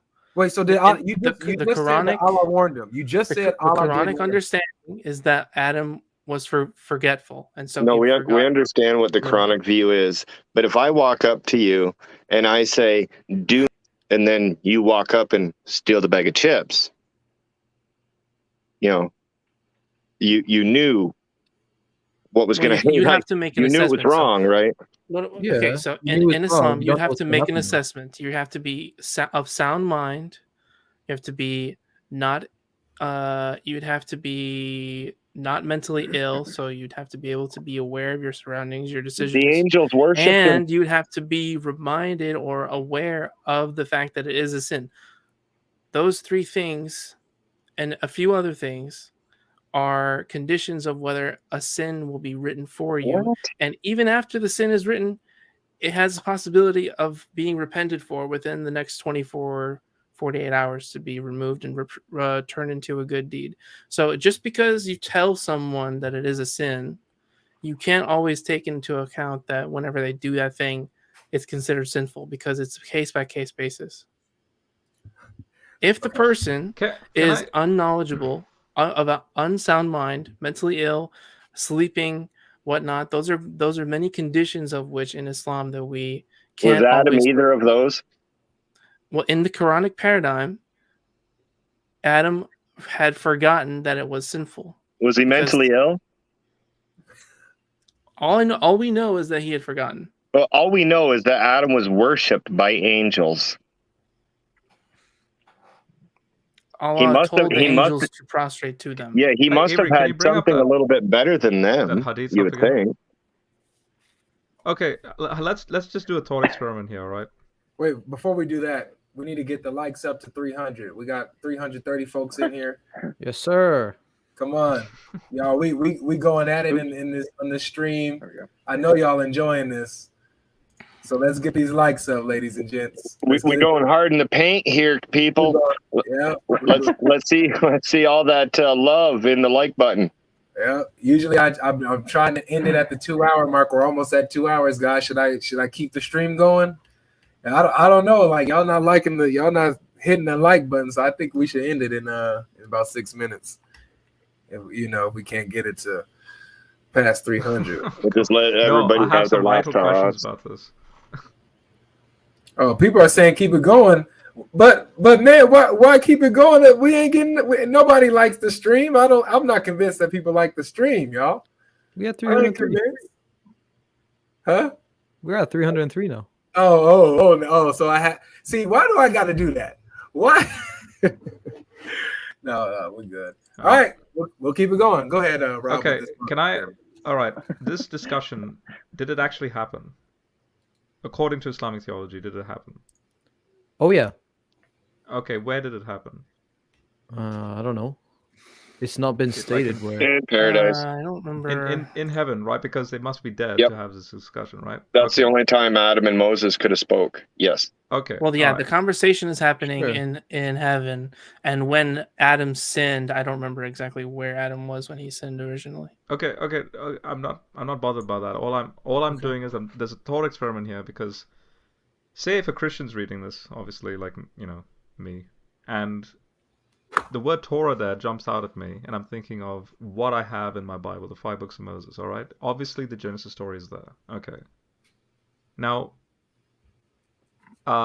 let's pretend we go back in time to when Moses is, he's doing the Exodus, then he's in the wilderness, and then finally he's just before the Promised Land, and just before he dies, he already has, say, the Genesis document with him and so on, right? And we go and meet Moses. He's alive. He hasn't spoken with Adam yet. And we approached him, and we asked him, what did Adam do? I wouldn't be surprised to go along with this if he said something like, our father Adam disappointed us and turned us out of paradise. And then you can actually see the story played through in the Genesis story, right? With the fall and all that. Then Moses dies, and then he goes to heaven, according to this, and is like, oh, Adam, you are our father who disappointed us and turned us out of paradise. Then Adam counters this and says, Allah favored you with his talked to you directly. He wrote the Torah for you with his own hand, hence the 5 books of Moses. Do you blame me for action which Allah had written in my fate 40 years before my creation? So now, if I was to approach Moses and Moses would say, isn't it written that this is what Adam did? This is why we're out of paradise. But then the irony is that Moses goes up to heaven, according to the statement, and actually realizes he got it all wrong because Allah had already pre-wrote Adam's actions, and that pre-written script, the movie play of Allah is basically in the Genesis story. And here you have Adam confuted Moses, and then Muhammad himself clarifying and saying 3 times that this is the truth of the matter. So where does Adam have free will? If Allah has already pre-wrote this so-called cosmic script to have Adam do exactly the very actions he would do, thereby, if I were to talk to Moses and ask Moses, what's the Adam story about? Now he can't use that argument anymore because he's been corrected by Adam. So how can Adam be wrong? I think the point is more focused on the blame rather than the fact that he did it or not. But that's my point. Is Moses correct for blaming Adam? No. Exactly. So if you look at Allah's the one that so calls check Adam out this to do hadith what that he I put did. in the private chat. It shows that there's an example where someone is not considered sinful because of their ignorance. So Moses would be Yep. Come on, you Moses can't would keep be saying that Adam was unjustly ignorant. blaming him for something that he did not have knowledge of. Yeah, you can't keep saying that Adam was ignorant. That's our paradigm. So I But know he was Christians told. don't believe that he is, but hang on, just 1 second. Adam was in heaven first before Moses, right? I mean, chronologically, right? Because Adam died well before Moses. So Adam knows the truth of the matter now that he's in heaven. Moses then comes up and he's corrected by Adam. Why would Adam be telling a lie or something, even though he's winning the argument? But why would he be wrong in a heavenly context when they can see everything and not be wrong at all? Like, there shouldn't be any like misunderstanding. Well, just because whatsoever. Adam is in Jannah doesn't make him all-knowing. Yeah, I mean, because he's still a part. He's still a creation. So can someone lie in Jannah? There's no motivation for that. He wouldn't be lying if he was ignorant. So it's not No, lying. but you keep going back to ignorant. Did God tell Adam not to do something? Yes, but that doesn't Okay, then determine that him removes his being ignorance. remembering it. That removes his ignorance. No, it doesn't. Also, is it not the concept in Islam that no prophet has ever sinned, so therefore has always followed the will and the decrees Supposedly of Allah? Adam had 50 books, right?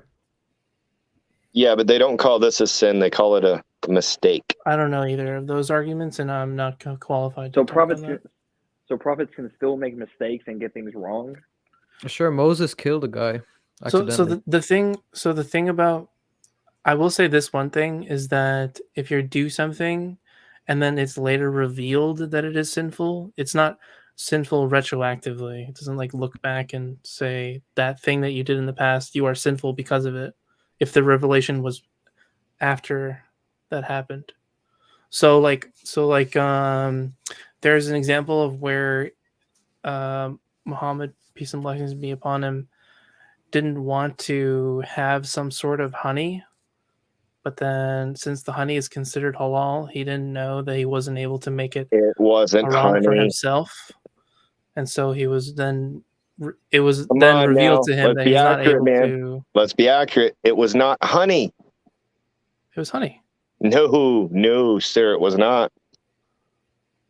It was a certain type of honey. Oh, no, not any type of honey that normal people eat on their toast and stuff. It ain't. It was a certain type of honey, all right. So you're gonna try to prove honey Islam nut toasted false because Cheerios it's a either. different kind of honey. Oh, it's of the female kind. Okay, and let's look at the hadith. You guys are being nitpicky. Okay. What are we talking about here? I'm kind of lost. They're saying that. Is this Surah 66, honey? Or is this... I'm kind of lost here in this whole mess. I thought they were being sweet and colorful Yes, honey for a second. the honey is being described as Mary the Copt because that's what the story is. Actually, Muhammad prohibited himself from sleeping with Maria the Coptic. And where does it say that in this hadith? And then Allah in the Quran told Muhammad not to forbid himself something that Allah had made lawful for him. That's Surah 66, right? I believe so. Like the first couple of ayahs of 66. Allah's Sahih al-Bukhari 6972. Allah's messenger used to like sweets and also used to like honey. And whenever he finished the Asr prayer, he used to visit his wives and stay with them. Once he visited Hafsa and remained with her longer than the period he used to stay. So I inquired about it. It was said to me, a woman from her tribe gave her a leather skin containing honey as a present. What kind of jump are you making? That this is not literal honey. So let's. You can say no all you want, but this is not making any No. But then reference the to women, anything the other story, than if you keep honey. reading, the story is that they're distributing this so-called honey because he gets gassy and he smells No. basically. So Is that the the one thing you're talking about, is, or? the thing is, Oh, am I totally lost on this? it says Aisha Let's wanted to make a prank on him by saying that when he ate the flower, it made him smell bad. And so he says, I'll never have this honey again. But then Allah revealed to him, do not make haram, which is made halal for you. And so my point is that because he said to himself, I will never have this again, he's not sinful for saying that because it was revealed after the fact that he's not able to do that. So it's not considered, he didn't sin in that sense. Because he was ignorant of this ruling. The only honey story I'm aware of is where the women, to not be with him, made an excuse to have this honey. He gets gassy, he smells, so then they make the excuse, okay, you smell, you can't be with me tonight. And then he kept like, there's like a rotation among the women. Like that's the only honey story I'm aware of. I don't know any other. What's the point we're trying to make? Because I'm really confused right now. Well, this is What we're trying to talking make. about? They were saying that Muhammad had sinned. let me show you guys. Let me show you guys. Where? So look, so this is in Tafsir al-Jalalain. So hold on, Dash. Thank you for the super chat. Don't get offended by this, Jalil, but this is what he said. He said either Jalil is incredibly deceitful, or just super ignorant of his religion. I am losing patience with his mental gymnastics. So stop the mental gymnastics, Jalil.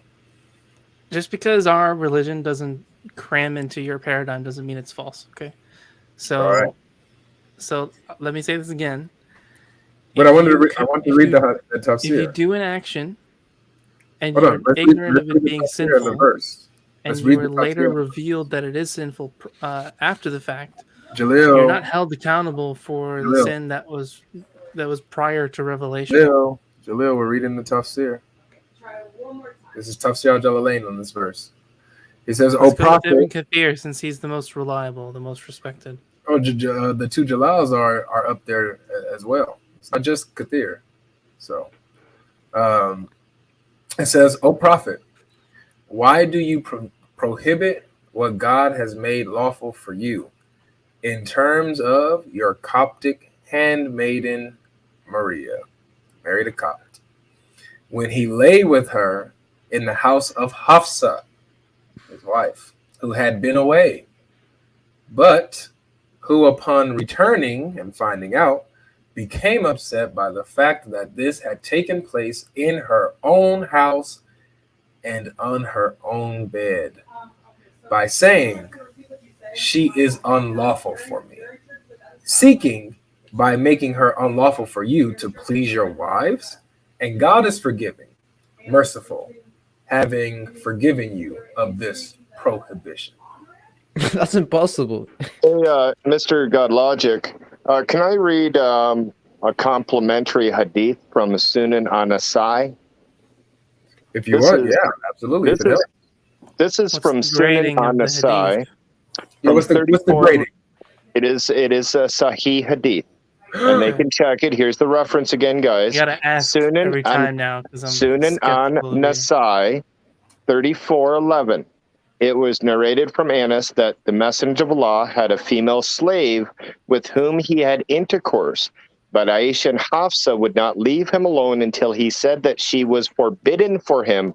Then Allah the Mighty and Sublime revealed, "O Prophet, why do you forbid for yourself, which Allah has allowed to you?" Quoting Surah 66:1 until the end of the verse. Sorry, which hadith? The number? Yeah. Sunan An-Nasai 34:11. 34:11. I actually went to a Muslim website and got it.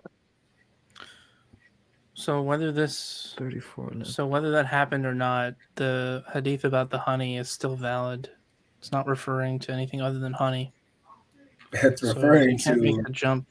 married a Copt, man. Either way, the point, I don't know what even this is supposed to be proving, because the point still stands that he's not sinful for something that he was later revealed that it was not sinful, or he's not sinful for something prior to revelation.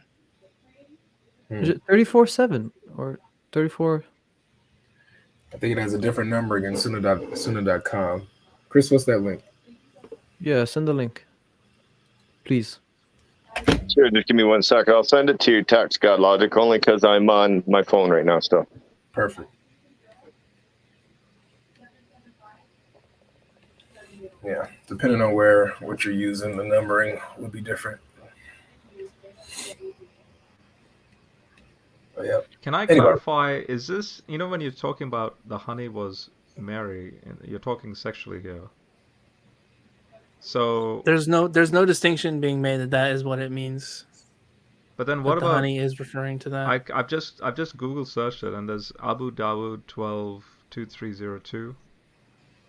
That Abu says, Dawud, and I could be getting this wrong, but it says here, the Apostle of Allah, peace be upon him, was asked about a man who divorced his wife 3 times. She married another who entered upon her, but divorced her before having intercourse with her, whether she was lawful for the former husband. She said, the Prophet replied, she is not lawful for the first husband until she tastes the honey of the other husband and he tastes her honey.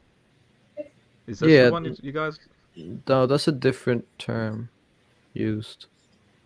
So that just means basically to have an intercourse with them, I think. Regardless, you failed to prove that isn't that Muhammad what Avery was getting at though? Like, I think that's a different one, Rob. I'm not too sure. Avery can answer. Well, the point of this one. You failed to provide any evidence that Muhammad, peace and blessings be upon him, has sinned. What? No, we didn't. It's literally in the Sahih Hadith, and it's in the explanation, the tafsir of what he did. That he committed. What did he do? He committed adultery with Mary the Copt. It's not adultery. Yes, it is. What's adultery? Okay, it's adultery by your standards, but in Islam, it's not the same. What's adultery? Adultery is having sex with someone outside of marriage who is not lawful for you. Who is not your wife, right? Is not lawful for you. No, you can have sex with Who your someone. right hand possesses is lawful for you. Yeah. But that's not your wife. That's not your wife. That's what I'm saying. That's Your lawful, paradigm of adultery is different to our paradigm of adultery. In your paradigm of adultery, a woman who gets Adultery, the word divorced adultery has cannot a remarry, meaning, or else guys. she's considered an adulteress. No, it's That's not even about including Jalil. It's not about marriage. paradigms. Yeah, what it is about happens? paradigms. What 'Cause happens? your in definition Islam, of adultery is different listen, to Jalil, Muslims. This is what happens in Islam. In Islam, bro, it literally changes definitions of words. Like words that have meaning no That's the longer point of have meaning in Islam. revelation. Things change They no after longer have revelation. meaning, man. So was Solomon sinning with the concubines? Yes, he was. Okay, so Yeah. the definition 100% he was. Let me give you this example. Prior to Islam, in the time of the Bible, the definition of a slave was someone who you are allowed to beat near to death and not be considered doing the Muslim shuffle. wrongful to do so. This is crazy, But Jalil. You're post different. Islam, we changed the definition to something that you're not allowed to physically abuse. Is that You good? do. Or bad? All right. Nice. Let's go ahead and hit this in a millisecond. Number one, discipline in the Bible with a slave is different than physically abusing this person. And number two, the person, the person who owned that slave, who physically abused that person, was punished. They weren't allowed to do that. They were punished. Eye for an eye, tooth for a tooth. If they died. Master, let me finish. Only if they died. No, stop it. If they died, they got the punishment of capital punishment, which was death. If they injured the slave, they got punished for injuring the slave. They had to let the slave go. If they hurt their eye, they had to let them go. If they hurt their hand, whatever, they had to let them go. And it was an eye for an eye, even with the master. So that's the difference. Now, what happens in Islam according to slavery? I know, millisecond. This is your fault for going to here. In Islam, the master can kill someone's slave, and the result is that the other person can now kill your slave. Like, so let's say I killed your slave. In return, it's not me that gets put to death. My slave can be put to death because I killed your slave. You can kill my slave now. And you can murder, not disciplining. You're not allowed to discipline a slave like that. Because you wanted to shuffle here, and then we're going to go right back to the topic.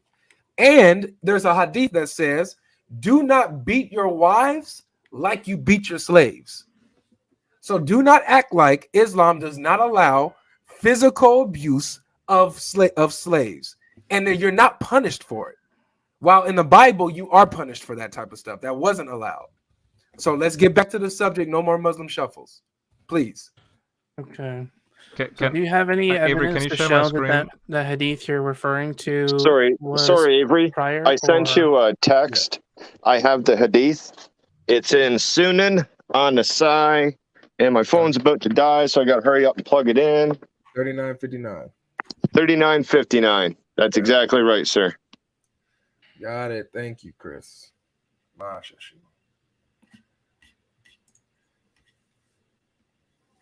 All right, let's pull this up now.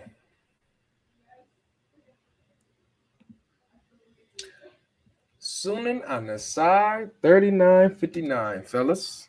And just when you get it up there, can you Oh, you have to scroll share your down screen, so by the you way. can see that it's Sahih? Absolutely. What's the number? Sunan Nisai what? 3959. 30. Oh, 39. Okay. 3959.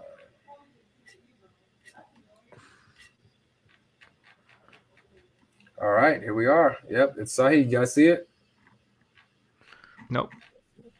Oh, sorry. You're not sharing it yet. Oh, my bad, fellas. I was just making sure you paid attention. All right, here we go. All right, so it's Sahih. Sunan An-Nasai 3959. It says, it was narrated from Anas that the Messenger of Allah had a female slave with whom he had intercourse. But Aisha and Hafsa would not leave him alone until he said that she was forbidden for him. Then Allah, the Mighty and Sublime, revealed, O Prophet, why do you forbid for yourself that which Allah has allowed to you until all the way until the end of the verse?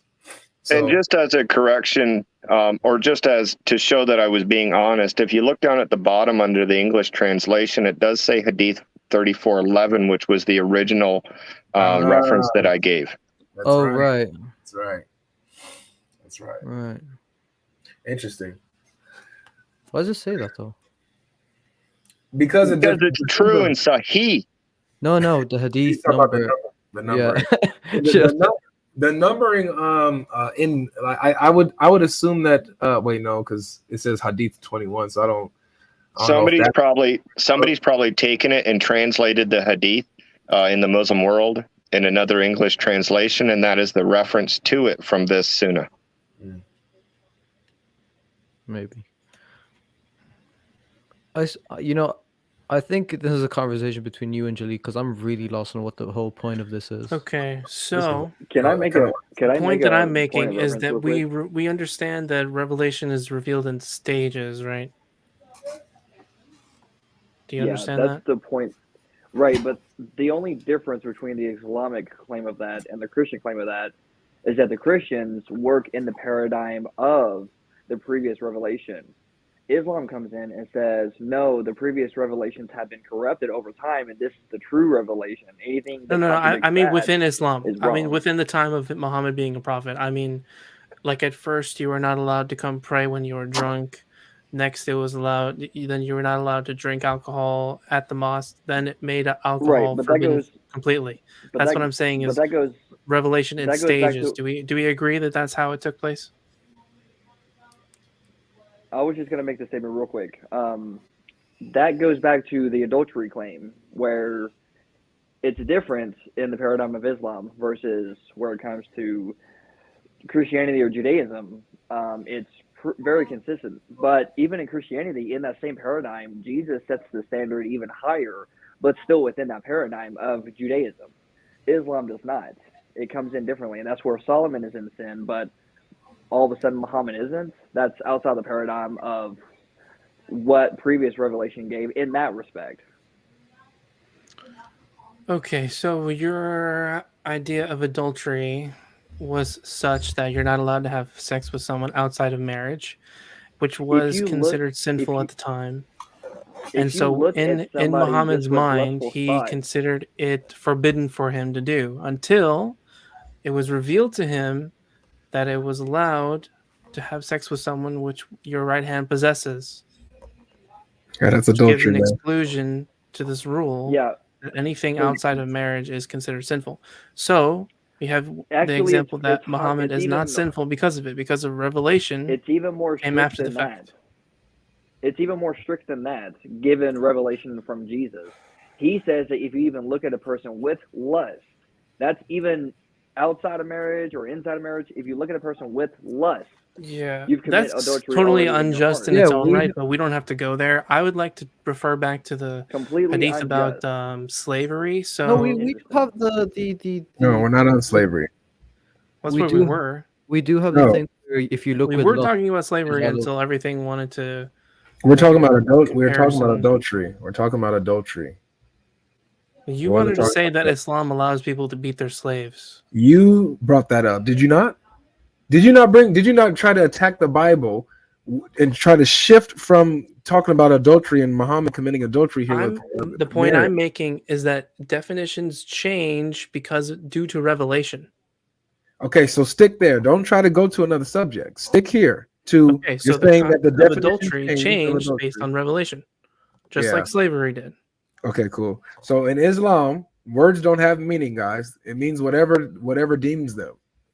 Well, yeah, because in the context of Moses and What? Jesus, words changed based on the revelation, correct? No, words No. didn't change. No, Okay, so it's still before within was the Son of Jesus God meant someone who himself was a was righteous a person. After Jesus, the Son of himself. God means Oh boy. referring to Jesus only. Oh No, Lord. Jesus, literally, It's another John shuffle. 1:18, the unique God. Literally, you even read this in other translations where Jesus is there's something unique about his begottenness, where he is the unique Son of God, where he is the unique God that is at the Father's side that has made him known. There's something different, or there is a difference between being the sons of God, but there's something unique about Jesus is hidden in his sonship of God. That's the crux of it. We're still sons and daughters of God, but there is a uniqueness to Jesus as the Son of God, because that Son of God that Jesus refers to as himself is God himself. That's So the it unique. used to have one meaning, and now it has two meanings. No, it doesn't have no. It never What did I just say? There is a uniqueness to the sonship of Jesus. He's still Son of God, but he's unique Son of God, but still Son of God nonetheless. There's not a difference. He's still Son of God, but there's a uniqueness to him. That's the difference. You're Okay, trying to change the word. If hold on a second, if I commit adultery versus if Avery commits adultery, but somebody goes along and say, no, there's a difference between adultery in the definition, even though both still committed adultery. That makes no sense whatsoever. And that's what's happening here when it comes to Muhammad versus somebody like Solomon. Because you don't accept the revelation. If Avery were to accept the revelation of Muhammad, peace and blessings be upon him, then the definition would change. But since you don't accept the revelation, your definition is what it was prior to revelation. No, why? So the definition, hold on, guys. The I definition was is just not going to simply changing. ask why. Yes, Yeah, it is. I was just going to say, okay, but hold on. Why does it change in Islam? Just because of the presupposition? Hold on. Just because of the presupposition that Islam is true, so therefore that allows it to be changed? No, that would just be a contradiction, and then it would not be The held position into is an that Abrahamic Islam is faith. true. The revelations came to abrogate the prior revelations, and since Muhammad is the final prophet, that is the revelation that we follow. So the definition of adultery he in can- Christianity, if you want to correct me if I'm wrong, the definition of adultery in Christianity is two things. One of them is looking at a woman with lust, which is prior to even any action, and two, it is having fornication with anyone outside of marriage. And no, anyone outside of your marriage. So if you're sleeping with someone while you're married and it's not your wife or husband, that's what adultery is. Okay, Or and vice I'm versa, saying, we're sleeping with someone else's spouse. and I'm saying if you're you, saying I'm saying that if that's you allowed, acknowledge the revelation of Muhammad, then that that's can allowed. abrogate the meanings of the words, No. which have two in nature. Now we have a meaning of adultery is not anymore. That's just not looking true. at Yeah, a that's woman with lust Hello, because you're guys. That's not not true. you're not Abraham. considered Yeah. sinful based on your thoughts. You're only considered Can sinful I on Yes, what you your are. actions can are. I No, can I ask that's for the Christian can I paradigm. You're conflating the two again. So You're I know, trying to hold on, put hold us on, in Rob. your I'm so box. sorry. Both Robs. We got two Robs up here. Rob Christian and Rob from Sin and No Apologetics. Shout Hey, out. what's up? Let me just say this real quick. I'll let you chime in here, Rob Christian. So it's not that the definition of adultery changed, Jalil.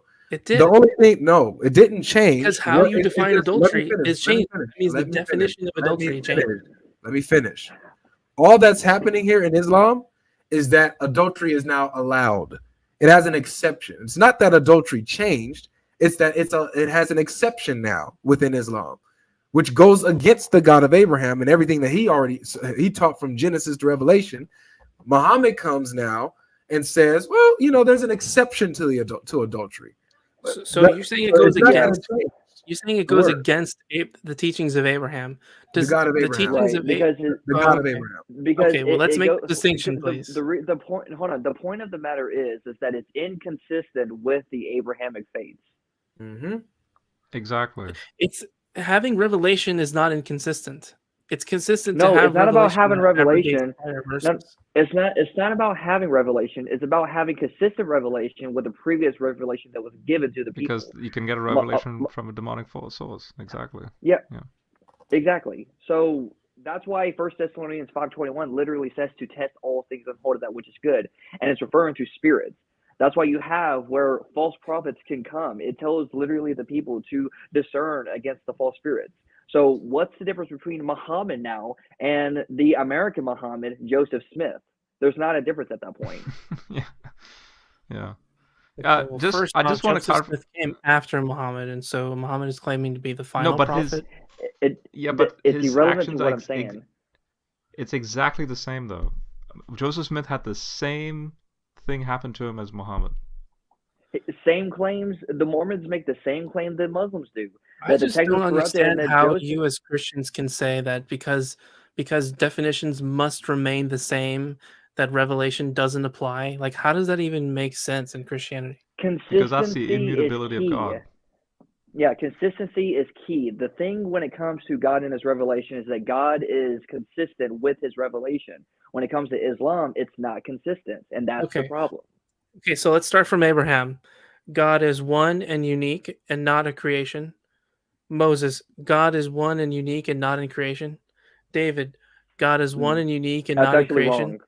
Jesus, That's already a God is that's already one a and false three dilemma. and part of creation. How does that make sense? Because it's already a And false Muhammad, dichotomy with God the is pre- one Hold and on, unique, wait. not in creation. So who's the Can one y'all that's hear me okay? Well, who's the one that's no providing Hunter? I can consistency Hunter, here? but Hunter, if you finish your point, then I'll also. Hunter, you are kind of Yeah. muffled though. Oh, okay. You are I'm sorry. kind of It's quiet, probably- by the way. I'm so sorry. I didn't know.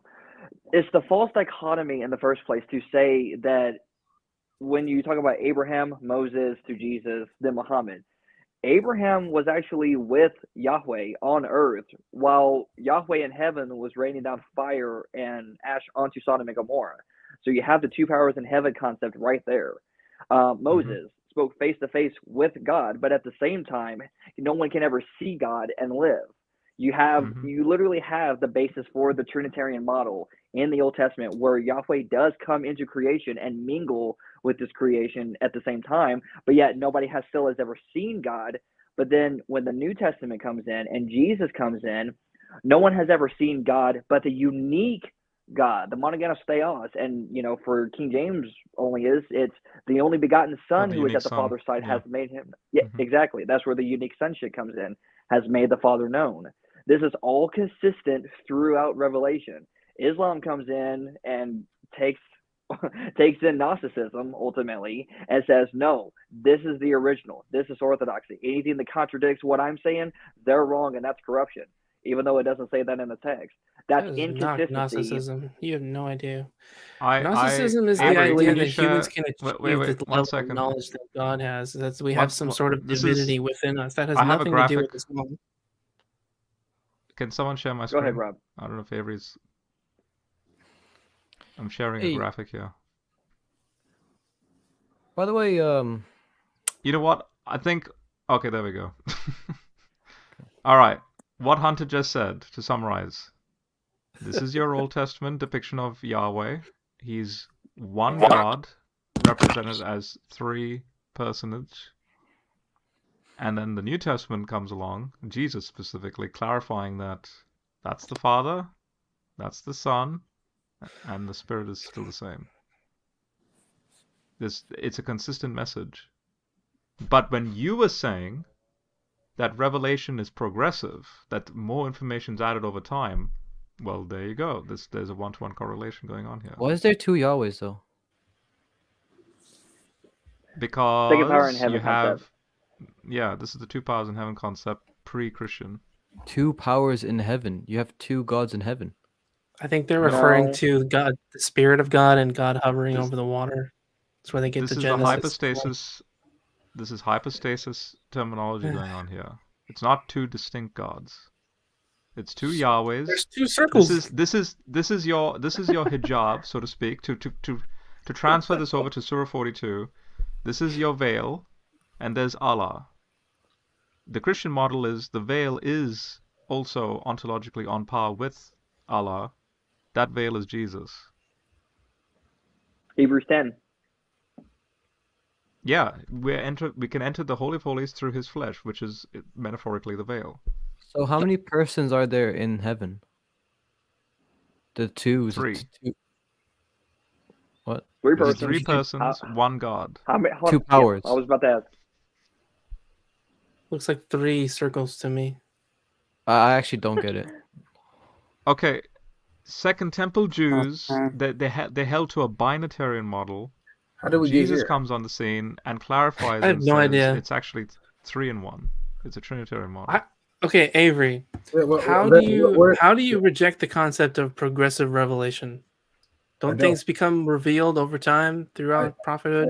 I don't reject progressive revelation. I reject inconsistent revelation. So a revelation that's God's revelation that is consistent for thousands of years. There you go. And then another so-called revelation that goes against what has been already established and fundamental. Yep, exactly. Now, Look at, for example. Oh, sorry. Go ahead. Well, I wanted to go back specifically to that 066 thing because I have a question to clarify. Yes, and let's let RC get in here too. Rob, you could jump in whenever you feel like it. Is your mic good? Hello, guys. God bless. Yeah, I didn't want to interrupt, guys, but you're talking about literally 3-4 topics at the same time, and I like that Rob just said, "Can we go back to Surah Al-Tahrim, chapter 66 again?" Because we're not done here, guys. Because the guy and I need a clarification. Can I finish my sentence, brother? Yeah, Rob? sure. Jalil is literally allowing himself to change topic every second. But the topic, when I was listening like 30 minutes ago, you guys were talking about Surah Al-Tahrim, where Muhammad literally committed adultery with Maria al-Qibtiyya. And I'm happy that you guys brought up that Sahih Hadith from Sunan and Nisa'i, because there you can see that Muhammad literally slept with Maria al-Qibtiyya, the Copt slave that he got as a gift from the governor of Egypt, Al-Muqawqis, that was his name. We even know his name. And what I was hearing correctly from Jalil here is that Allah allowed Muhammad to sleep with Maria al-Qibtiyya, right? That's what you said, right? Rob, where are you getting this from, Rob? Allah has abrogated the definition of adultery to include or to exclude that which your right hand possesses. Okay, I'm really happy that you brought this up, and that's what I wanted to talk about, because here is one problem. Either you're ignorant about Islam or you're literally lying in front of everybody, and here's why.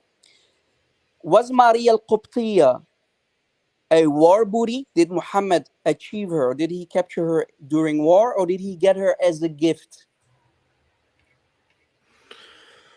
That's a very important question. There's not only one way of acquiring slave. No, answer my question, please. Again, did Maria al-Qibtiyya, was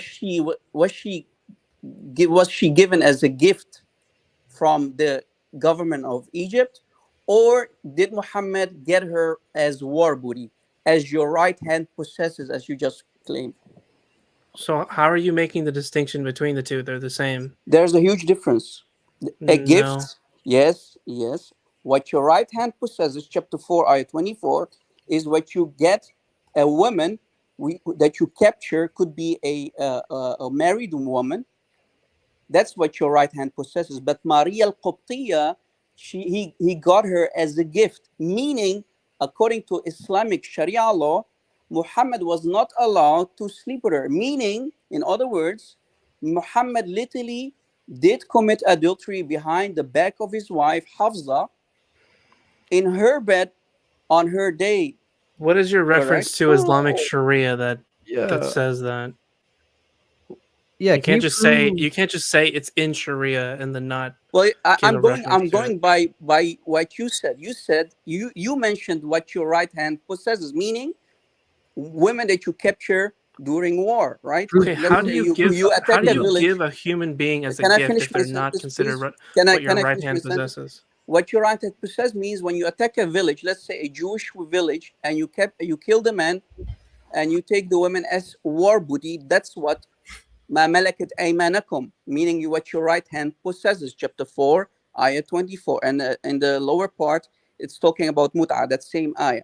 But let us not talk about mut'ah. I'm talking about what your right hand possesses that you brought up.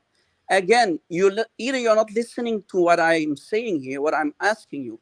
You said, not me, you said that Maria al-Qibtiyya is considered to be what your right hand possesses. Didn't you say it? Yes. Okay. Now, was Maria al-Qibtiyya, listen carefully to my question. Please don't run from the question.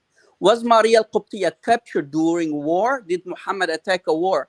And It's he not got the only Maria way of acquiring al-Qibtiyya. someone. Did he get her as right hand possess, what your right hand possess, or did he receive her as a gift from the government of Egypt? She was received as a gift because she is Thank able you. to be So given she as is not what your someone right who hand is their right possesses, hand possesses. which means being captured during war, right? It is an example of how people can be acquired, but it's not the only example. Now you're tapped, and you know I'm not why I'm tap-dancing. asking you this. There's no She achieved? Listen carefully. Was there's she no achieved single during war, definition of or way of or acquiring was she slaves a in Islam. gift from the government of Egypt, the governor of Egypt?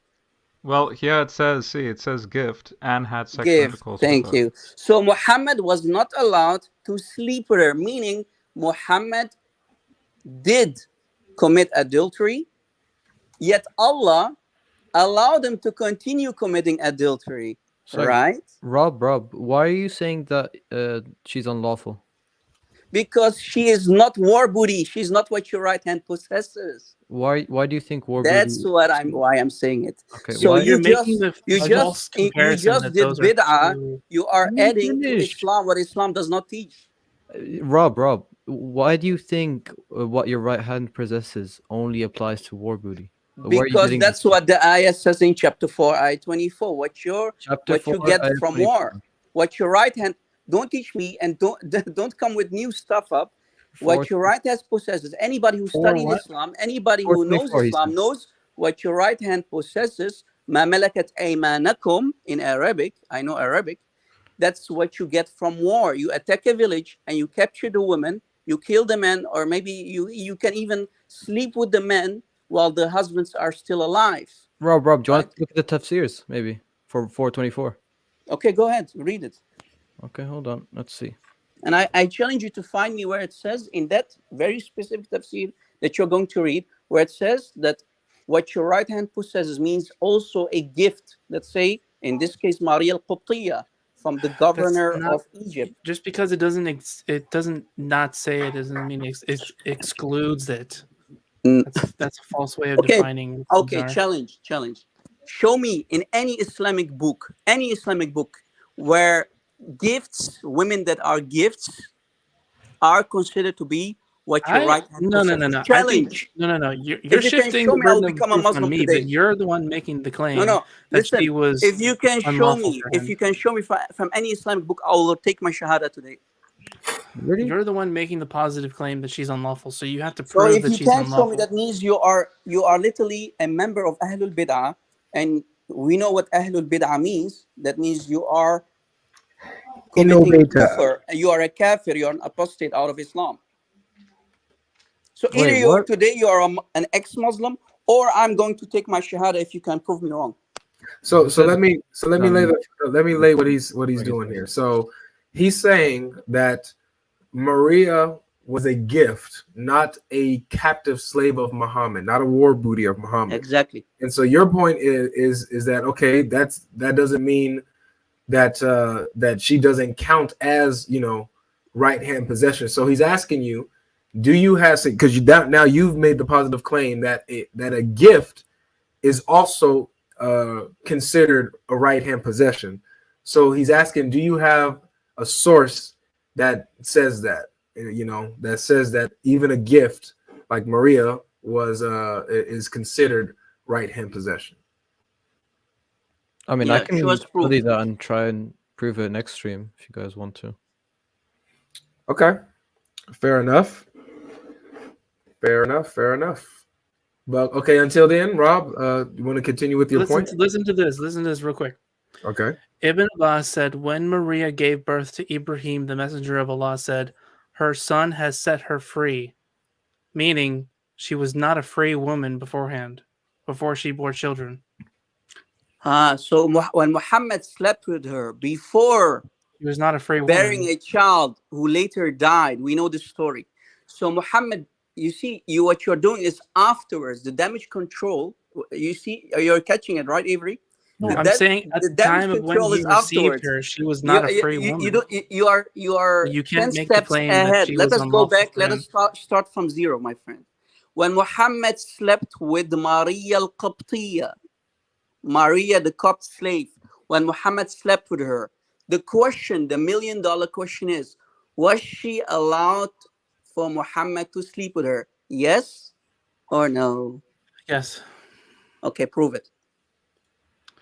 Because it was revealed that he was allowed to sleep with her. And afterwards, beforewards.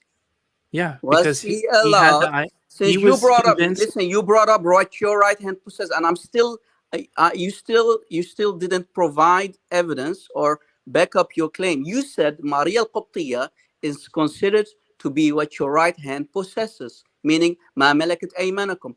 I'm still waiting for you to provide backup for your claim. That's number one. Number two, when Muhammad slept with her on the day of Hafsa, in the bed of Hafsa, was Muhammad allowed to sleep with her? Yes or no? If you're going to say yes, provide evidence. I would say yes, and the evidence is that he was then revealed that he was allowed to sleep with her afterwards. Yeah, because he was ignorant of whether it was even permissible or not. Afterwards. But at that specific moment, was she allowed for him to sleep with her? You said she is what your right hand possesses. I'm still waiting for you to provide evidence, man. We're waiting. To provide evidence that she was what his right hand possesses? Yes, I'm waiting. Okay, because it says... show me that a gift, a gift from the governor of Egypt means what your right hand possesses. If the gift is something, if the gift, show me from if the gift is not a free woman, she doesn't become free after the gift. But she's not a free woman. She is a slave. She is a slave, but she is not what your right hand possesses. That's my the same friend. thing. Clearly, you're showing us your ignorance about Islam. Okay, when you say when your right hand possesses and someone it's not. is a slave. No, it's not. Yes, it is. Challenge. Provide the backup. right hand is always good. Your words mean nothing without backup. Right? Rob. Well, same goes to you, because all you did was say that it's in Sharia that it doesn't apply. But no. Don't give me the ball back. You made a claim. You are the one who said she is considered what your right hand possesses. You have to back up your claim, not me. You made that claim. Your initial claim was that she was unlawful. Afterwards, when you were talking to Brother Avery, and before I joined, you were saying that she is considered to be what your right hand possesses. So when you made that claim, it's on you to provide the evidence and backup. Go ahead, show me the evidence. Rob, If you can show me, Before I I said made it. that claim, Today your claim was that today she you was can make unlawful me for a him. Muslim in front of everybody. Rob, I will take my shahada if you can prove it. Rob, can I say something? Sure. Okay. If I gift you anything, right? And you take it, right? You become the owner of the thing I gifted you, right? Yes. Okay, and you speak Arabic, and you know milk means ownership. Yes. So malakat yaminikum means whatever your right hand is or possesses or you have ownership of. No.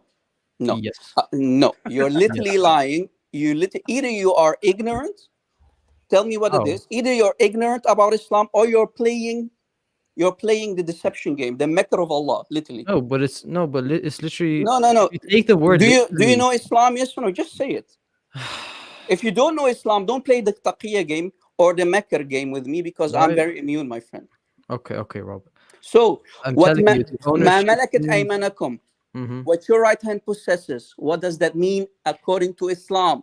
It's what according you to own. chapter 4, ayat 24. What does that mean? The women you own. Own how? Own. If you have How? a How? slave woman that How? you own. Own I mean, how? why do you need to say how? If you have ownage, it means you have No. ownage. You own How a slave did woman. How It's did you yours. come to own them? How did you? That's the most It doesn't important matter part. how. You You can have a no, it slave- does. Yeah, It no, does. doesn't. Okay, prove it does. No, you prove it because you said, listen, the proof is on you. You can laugh all you want. You What do have you to mean you prove. prove it? You have to prove because you are the one making the claim. I'm that it taking the apparent means that- meaning. That Your a claim gift is that she's means unlawful, what which your is right hand says. I'm waiting unsubstantiated. for you to refute me. Okay, so I'm saying the apparent meaning of the word milk al-yamin, right? It's Milk ownership. al-yamin, yeah. Okay, it means ownership, right? Ownership by how? Huh? Just means ownership. Don't play the huh. Don't It play the literally just how means with me. ownership.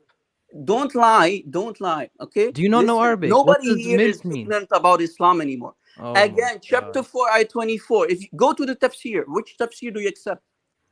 Tabari. What? Tafsir Tabari. Okay, open tafsir al-Tabari and show me where it says that a gift received, let's say from a king doesn't or a have to government say- or a No. governor, No. that it doesn't have means to that say. it falls under what your right hand possesses. Ma malakat aymanakum. Go ahead. Okay, You Rob. can it does- you Rob, can make me a Muslim today. Rob, it Challenge. Rob, it doesn't have to say exactly that saying that it has to be, oh, it's a Okay. gift. Since you 'Cause just in made your that Bible, it claim, doesn't say back Trinity. it up. Don't your words mean nothing without backup or evidence. Right? Don't play the game, man. I Don't think play this the game. conversation is going nowhere. I'm Yeah, giving it the goes apparent nowhere because meaning. you're literally lying about Islam. I'm Why? giving the- Because you just showed us why you Muslims cannot be trusted, and you will always use Mecca of Allah, the deception of Allah, and taqiyya when you debate Christians. We are not stupid. We know Islam better than you, buddy. Rob, why are you doing mental gymnastics? How about No, you the Google I'm not Translate? the one doing How mental about you Google gymnastics. You Translate are. milk And al-yamin? I'm so happy that it's recorded and you're being famous today. We are making you famous and showing everybody what kind of liars and deceivers you Muslims are when you debate Christians like us. Again, you are the one who must back it up with evidence. Show me from tafsir, show me from any fiqh or But you're sharia making the where it claim. says that malakat aymanakum means also a woman that is received as a gift from No, a it king or a means the governor. women you own. It doesn't matter how Own you own them. how? What do you mean by Yes, own own? how, What do you because mean? doesn't A Surah or 4 B? Yeah. Okay, you know. The right hand possesses always. You know your you're busted, right? You know you're busted. No. You know your lies are busted. But just to be clear, just to be you clear, are being recorded, right? Your just- boyfriends and girlfriends are not going to be happy about you today. just to be clear. So the argument here is that your right hand possession is not the same as the gift that you receive. Right? That's the argument. And so I guess Adam and Jalil are saying yes, it's the same. And so Rob is asking for a reference that demonstrates that. Do you guys have a reference that Okay, demonstrates can I that? ask, or- who's making the claim here? You guys made that claim. What claim? That the gift is equal to right hand possession. No, that claim was it's made by you guys. who are making the claim that they are separate. Am I No, right no, or wrong? no. So when Rob pointed out that Mary the Copt was a gift given to Muhammad. Yep. And so, but I believe it was Jalil specifically that said, Brother Avery, can you do me a favor, please? Can you go to QuranX.com? Let me bury their lies for once and for all, live on air in front of everybody. Go to QuranX.com and then go to the commentary of Ibn Kathir. I know, I read it. Ayah 24. I'm going to force you to read it Actually, live on air. It's not exclusively for I'm war tired booty, of though. your lies. It's not exclusively for war booty, though. No. If you read it, you can Let see us it's go not to Ibn Kathir. Brother Avery, just a second here, because we're going to go see. ahead. Everybody's going to see who is lying and who is not lying today. Go and ahead. I said today to you, I told you, if you can prove me wrong, I will recite my shahada today. What verse, Rob? Chapter 4, ayah 24, Ibn Kathir commentary. Yeah. It's not exclusive to just war captives. Okay. You can So that's- receive slavery claim. through other means. You're lying. And No, also, So guys, that's the claim that you guys have to prove. Here's a Brother hadith. Ibn Kathir, please. Here's a hadith. Sahih al-Bukhari, Okay. 2594. Just second. The Before we wife go of to the hadith, Prophet before you go, that she just a second. manumulated Before we her go to the slave girl, hadith, and the Prophet said before to we go her, to the hadith, just a second, brother. Can you read that part where it says, "Ma malakat aymanakum"? Then it says between brackets, except those whom your right hand possesses. Read that part, brother Avery, and if it's possible to make it a little bit bigger. All right, I perfect. get it? That part, yes. Yeah, Read you don't that part. got your glasses on, Rob. I'm an old man, bro. What can I do?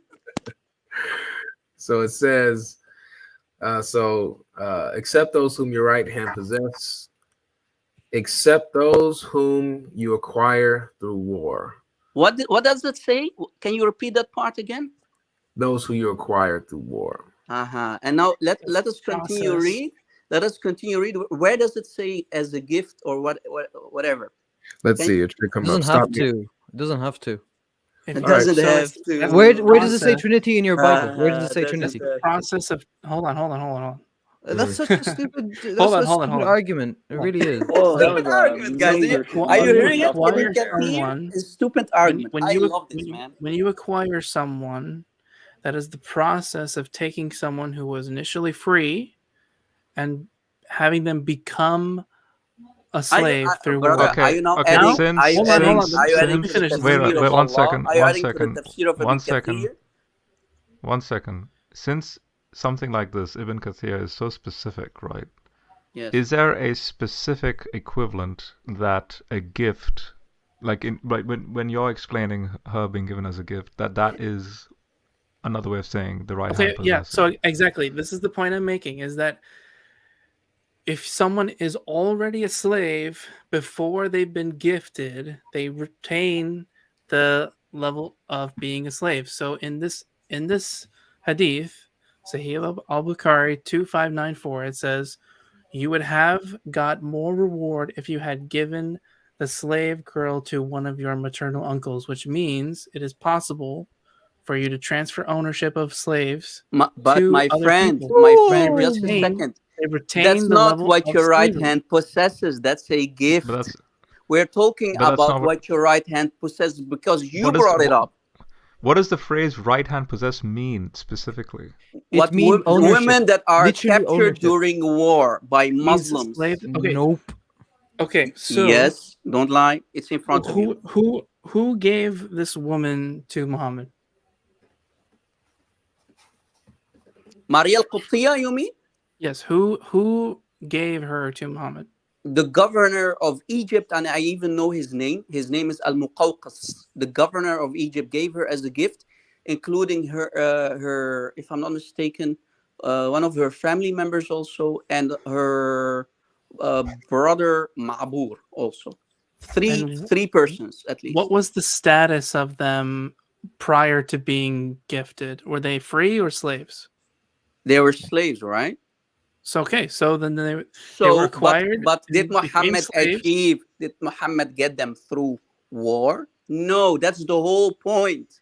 and Slaves we had sh- we already show. been I acquired. mean, it's Initially, literally they in were front through of war. you. Listen, Initially, they were through just war, second, though. just The second. It's acquisition literally in front initially of you. was through The war. definition of war booty, the definition of what your right hand possesses, ما ملكت أيمانكم, is in front of you. Ibn Kathir is on the screen, who busted your lies, and till now you didn't provide any single evidence to refute me. So you are literally cornered, and your lies are busted in front of a You're large playing- audience You're today. ignoring the Arabic. Meaning definition. you are literally lying. You have no honor and you have no shame, because You're you are playing with the definition of the word acquire. you 'Cause if are you're talking literally about allowed to acquire, lie. act- We know that act you, as a acquire, Muslim, you are allowed that's to very lie important. to defend Islam.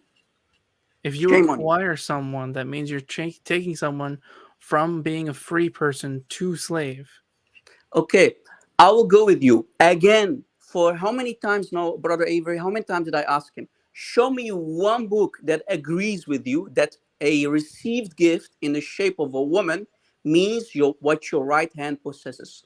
Again, if you can show me the proof to back up your claim, you liar, and I'm going to say it as it is, I'm going to take my shahada today, not tomorrow, not yesterday, today. I'm going to take my shahada. I'm waiting.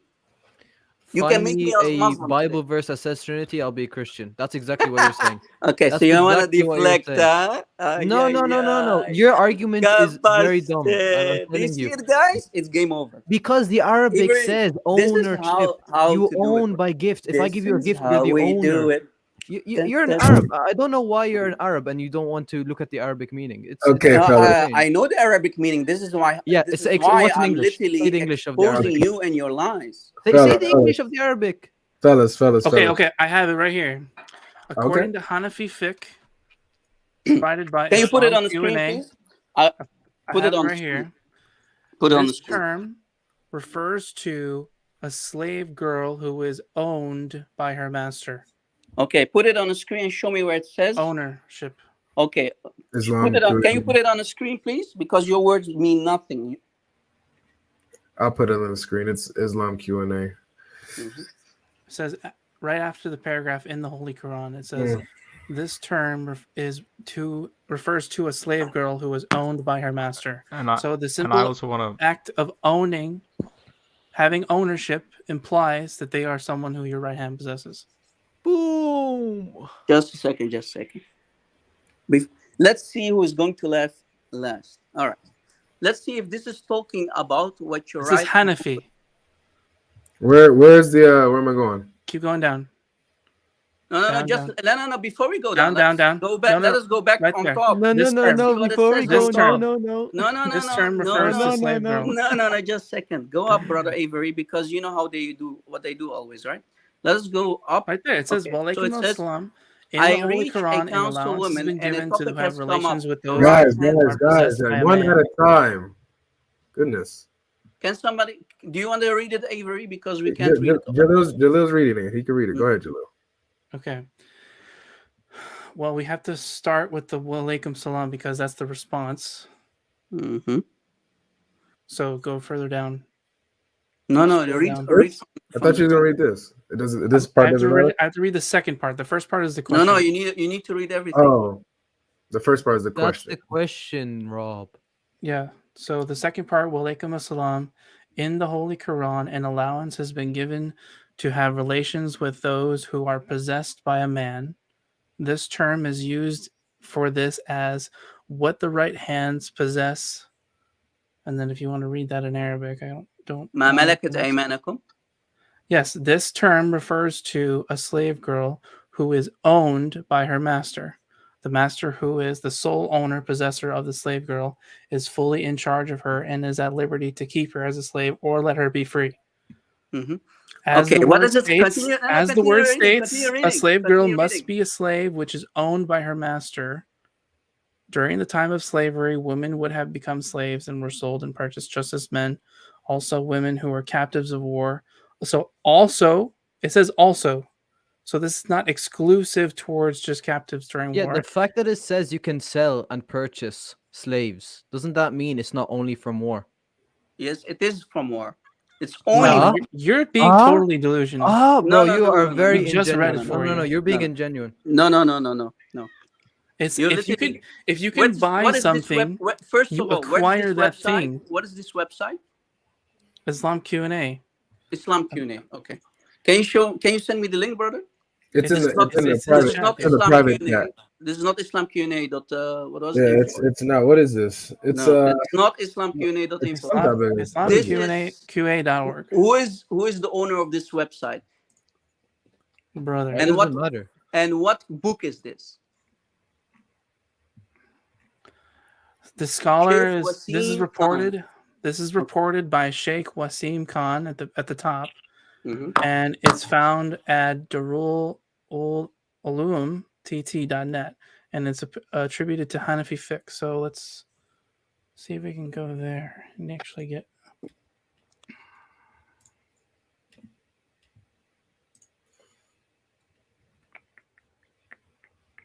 And Abu Hanifa is an old scholar, so you don't say this is it's a new scholar or whatever. It's old scholar. I know. Okay. Okay, can you show me where it says gift? Because we're talking about that she is a gift. Bro, are you serious? Yes, I The am. very definition is serious. the definition. Dude, is I'm not clear having there, this was man. conversation received. if We you're just going to already keep on mentioned it. dodging. Okay, She was Avery, can you received scroll as a up, gift. please? Now show me where it says Scroll up, that please. that, Avery. that gifts, women that are gifts, fall under ma malakat aymanakum. Yes, I'm dead keep serious, keep buddy. At the top, this term refers to a slave girl who is owned by her master. Simple as. As Okay. long as you own a slave woman, she is considered whom your right hand possesses. No. No, Huh? what are you No. talking about? It says it says right there. Come on, Rob. No, Stop, no, you're stop lying. being blind to the truth. No. You're lying. Ah? We both It says of it us, right both there. of us. I challenge you. Listen, you know what? I challenge you. Challenge has been met. I Dude. You're challenge you failing. on the head. I challenge you to say the following on the head of your prophet. I challenge you to say on the dead body of my prophet. What ma malakat aymanakum means Allah. also women that are received as gifts. Go ahead, do it. Bro, it says sold and purchased. No, Right? Okay, it's very says easy, sold, right? purchased, Swear owned, on the all of dead those body three of your could prophet be- that Rob, ma malakat chill. aymanakum means a woman that is received as gift, which Rob. also mean ma malakat ayman. Go ahead, Rob, swear. Avery, you nit- gotta No, hold it's this man very easy accountable. for a You're Muslim to nitpicking, swear. Rob. Didn't Allah Himself swear by the You're stars, nitpicking for here. example? you're nitpicking, Rob. No, because you see, I don't trust this website. Whoever made it, I don't trust this. Islam I Q&A. want yeah, no. don't Who trust cares anything, what? bro. Who cares? I challenge you to swear on the dead body of your prophet that ma malakat aymanakum means a woman that is received as a gift, and not a woman that is captured through war as war booty. Go ahead. Evidence of I Because think absence I've is had not enough of absence this Kathir, of evidence. conversation. and I Honestly, don't I've trust had this enough. website. I'm not even gonna continue Why? because you're ignoring what's in front of you. Okay, this website. All we know, this could have been created by somebody who's lying, like you. Oh, right. You Okay, could've been everyone is So lying. I That's showed you us Ibn lying. Kathir. I showed you Ibn Kathir. Well, hang Show on. me If, show me from an official. He never said it was official. exclusively just This from is war. not. No, I don't Real quick. trust this lie. This is a lie. Okay. yeah, I'm done. is there? You're hold done on, because you know this is wait, a hang lie. on. Hold on. I do have You a question. understand that the What? consensus in Sharia is not based on one text alone. It's a consensus of scholars, right? So can you show Avery, by the where way, the I'm just consen- sharing my screen. Yeah, can I need you to show where clarify. the? All right, yeah, go ahead. Go for it. Go for it, Hunter. Go for it. Oh no, I was just gonna say because you say there was a consensus when it comes to this. Despite what the website is actually saying, why does he come to that conclusion? What is his evidence? Allahu Alam. I mean, that's their consensus. Why do we have? If that's their Where consensus, is it? that's Wait, what the definition no, is. where If the is- definition of who the right hand possesses is anyone who is a slave woman who is owned by their slave owner, someone acquired through purchasing, selling, or through war, any of the above, as long as you have ownership over that slave, that is by definition Okay, someone who your right that hand possesses. slave. All you're doing, That's, Rob, but all you're doing is you're just a disagreeing second, with just a Abu second. Hanifa. I allowed you to speak. If you Let me disagree now with Abu speak. Hanifa, I mean, I have no Second, help for you. that slave, where did that slave originally come from? Did she Was she achieved through war booty, or was she received as a gift?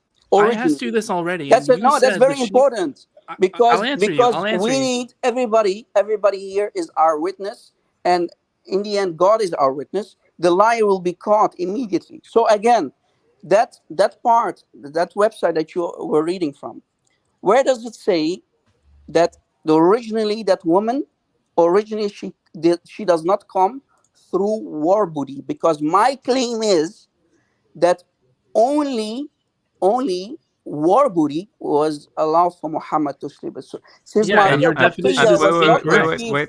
I've been waiting. What your right hand possesses, meaning she was not allowed for Muhammad to sleep with her, as you claimed. Okay, I've been waiting patiently. I just want a clarification on this. It is connected to the discussion. Mm-hmm. I'm also doing Google searching, and I'm seeing, people commentating on this discussion and throwing all these like Sahih Bukhari references, and this one caught my eye, and I need clarification. In fact, Rob Christian, if you can give your clarification, if you're familiar with this, and then our Muslim guest. So down near the end, something to do with the sun eclipsing and so on, and he's praying and all that. So then Muhammad says, "O followers of Muhammad, by Allah, there is none who has more self-respect than Allah, as he has forbidden that his slaves, male or female, commit adultery, illegal sexual intercourse. O followers of Muhammad, by Allah," now supposedly this is Muhammad saying this, "if you knew that which I know, you would laugh little and weep much." Okay, so in this context, the word slaves, is that referring to Allah or Muhammad?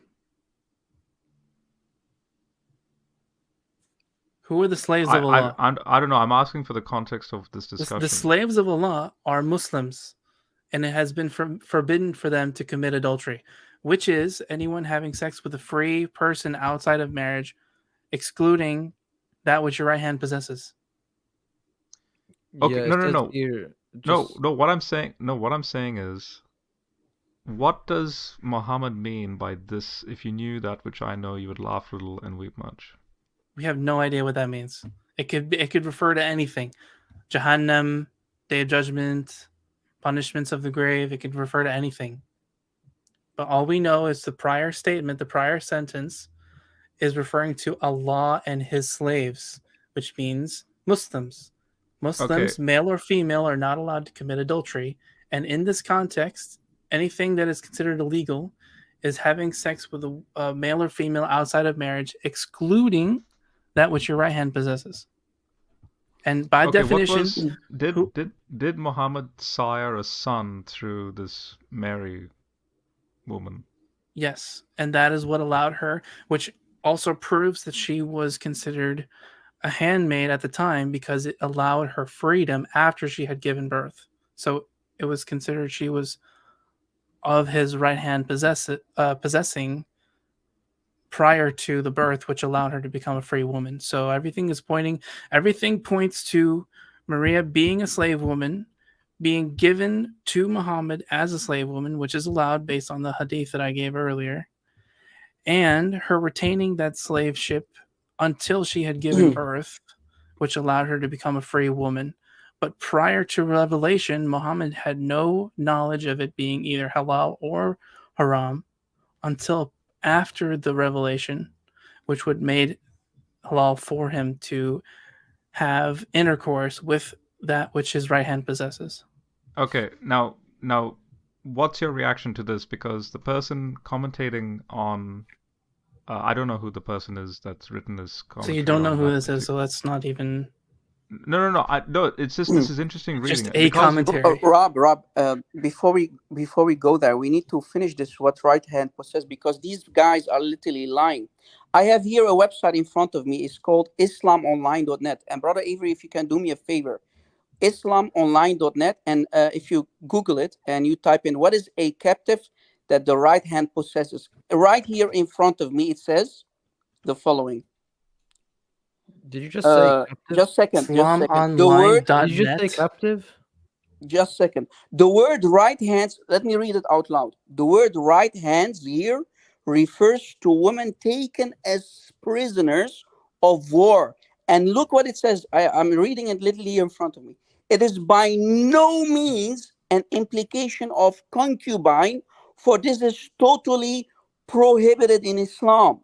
Nor does it refer to purchasing female slaves from market to be used to satisfy sexual urge.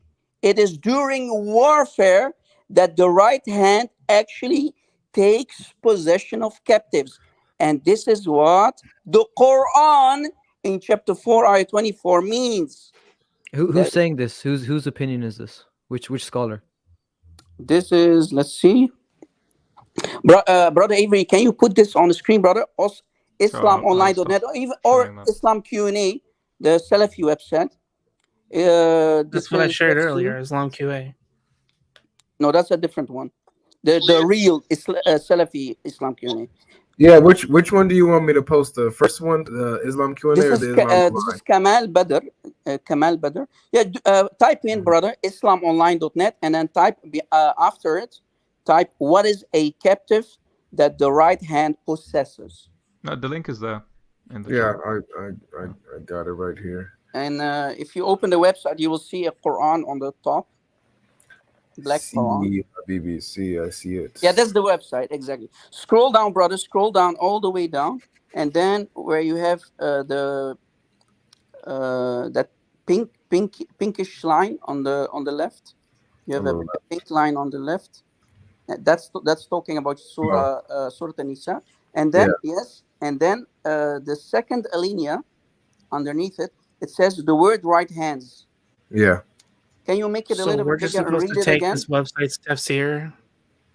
Just a second. Whose opinion is this? You're just giving a website. The name is in the bottom. It's a sheikh. Just a second. Okay, show it. Then. Avery, let us read it first because you are literally. How about let's look at who actually gave this opinion first. That's what I'm saying. Just a second. Let us read it first.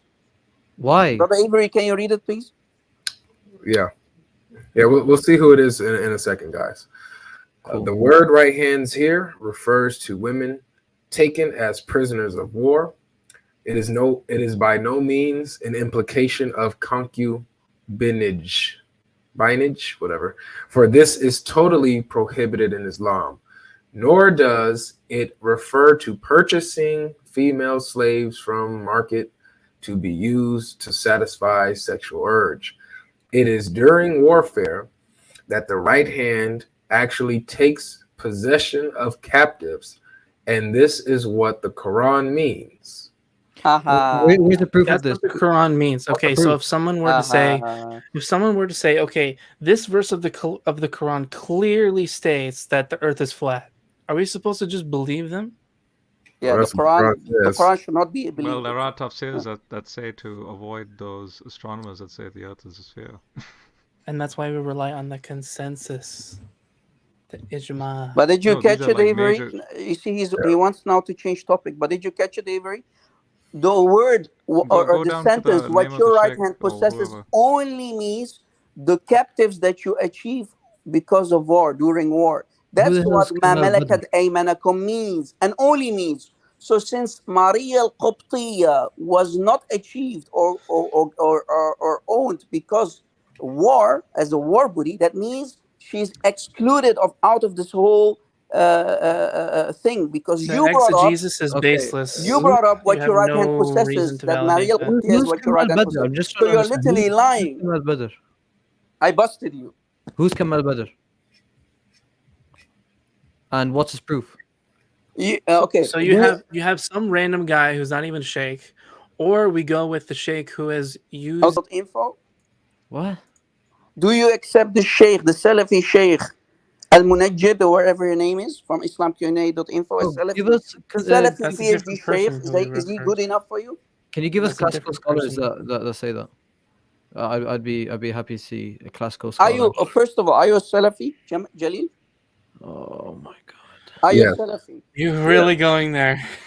Yes, because you Muslims are.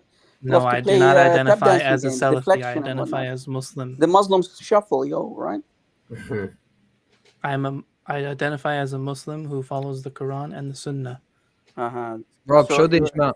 Okay, So this is islamqna.info, which will say the same exactly what we just read earlier. Everybody knows who studied a little basic Islam. Chapter 4 at 24 knows what your right hand possesses only and only means war booty. War booty. That's it. So when you said that Maria al-Qibtiyya is what your right hand possesses, meaning she is allowed for Muhammad to sleep with her, you're literally lying or you're literally ignorant. So pick your cherries. Are you lying in front of everybody or are you ignorant? Which one of the two are you? You're being purposely deceitful by denying the definition we clearly I'm gave. the one who is deceiving. Did you hear it, guys? Yes, because acquiring is not the same as already having something which your right hand possesses. Okay. You Again, acquire let us by start from capturing. zero. Maria al-Qibtiyya, was she achieved by Muhammad as war Was she booty? what? When was Maria al-Qibtiyya captured during war by Muhammad and his men? No. Or was she received as a gift from the governor of Egypt, Al-Muqawqas? Yes, it was a gift. So what? So she's He owns her now. meaning, He owns so her. what? You He hear, owns the guys? gift. So what? He He owns knows the he's gift. busted. Malik, He Malik, knows he he's needs to own cornered. something. Still Meaning implies Muhammad ownership. was not This is allowed crazy. to sleep with her. This is actually Bam! crazy. There you go. This is actually crazy. Crazy, yeah. It's crazy when we It's crazy how you're destroy ignoring the you and Arabic. bury your lies in front of people. Yes, it's very crazy. I agree. Keep ignoring the Arabic. Yeah, If keep you it going. Google Okay, let us Translate. go back to the Arabic then. Yeah, Let's how go about back to Google the Arabic. Translate? Yeah, Google Translate. Google translated, guy. Google translated, guys. Here. Because you're saying, oh, different meaning of that. Okay, Arabic means we literally have owning someone. we You have own asked someone. Prophet Google, peace be upon him, and IslamQA.info is on the screen. You want to read it together with us? Oh my god. Oh my god, my lies are being busted.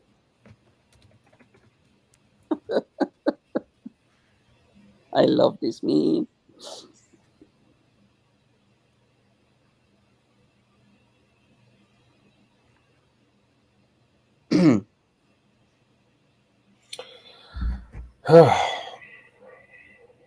Interesting conversation.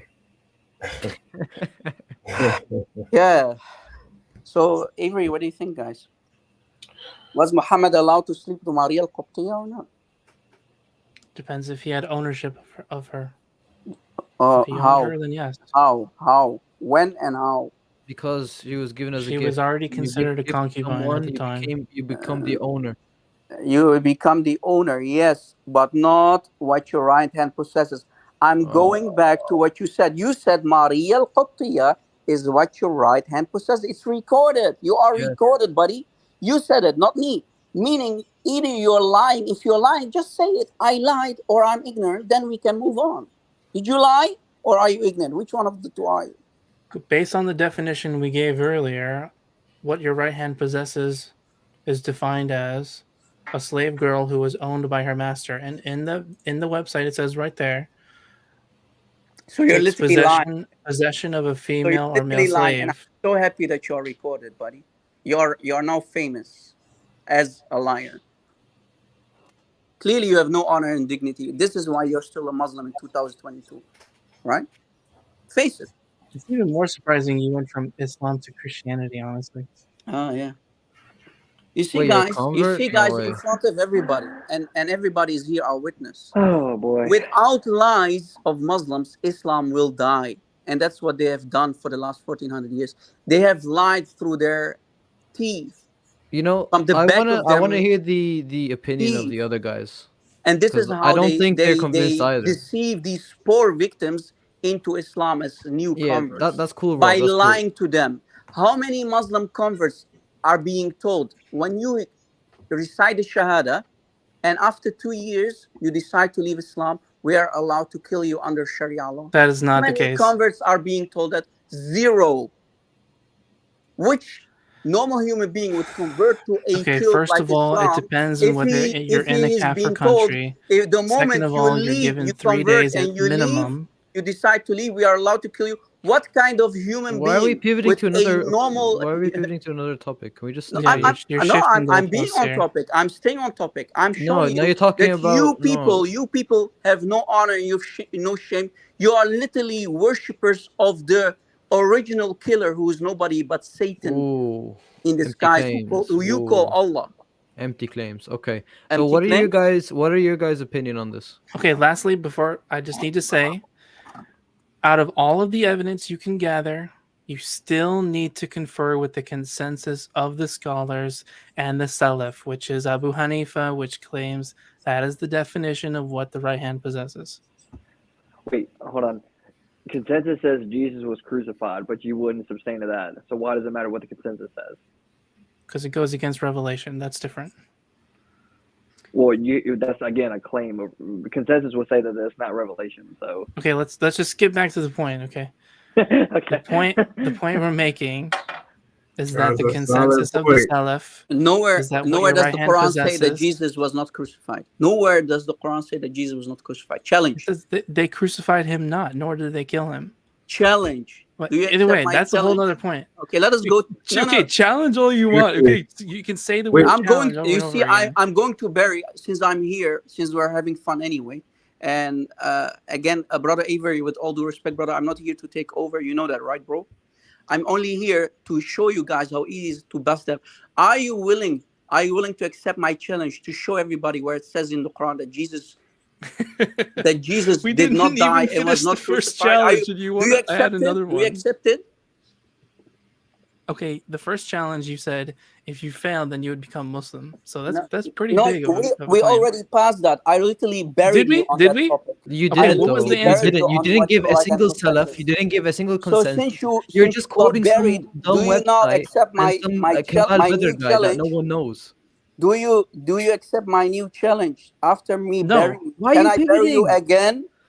Oh my! You're evading the answer to the original challenge, which We is the gave fact you a that you salaf. are wrong and you have no consensus to back up your statement. I already Why are proved. you I still already quoting proved it. consensus? You I didn't showed it from prove. Ibn Because Kathir, that's what and I Sharia showed it is. from You can't just take one IslamOnline.net. hadith and And just take it as gospel. you are IslamOnline.net. literally showing me That's a great through the a one. lens of the Salaf. lying website, because any Muslim with some basic knowledge knows that war booty is halal, right? Is considered to sleep with.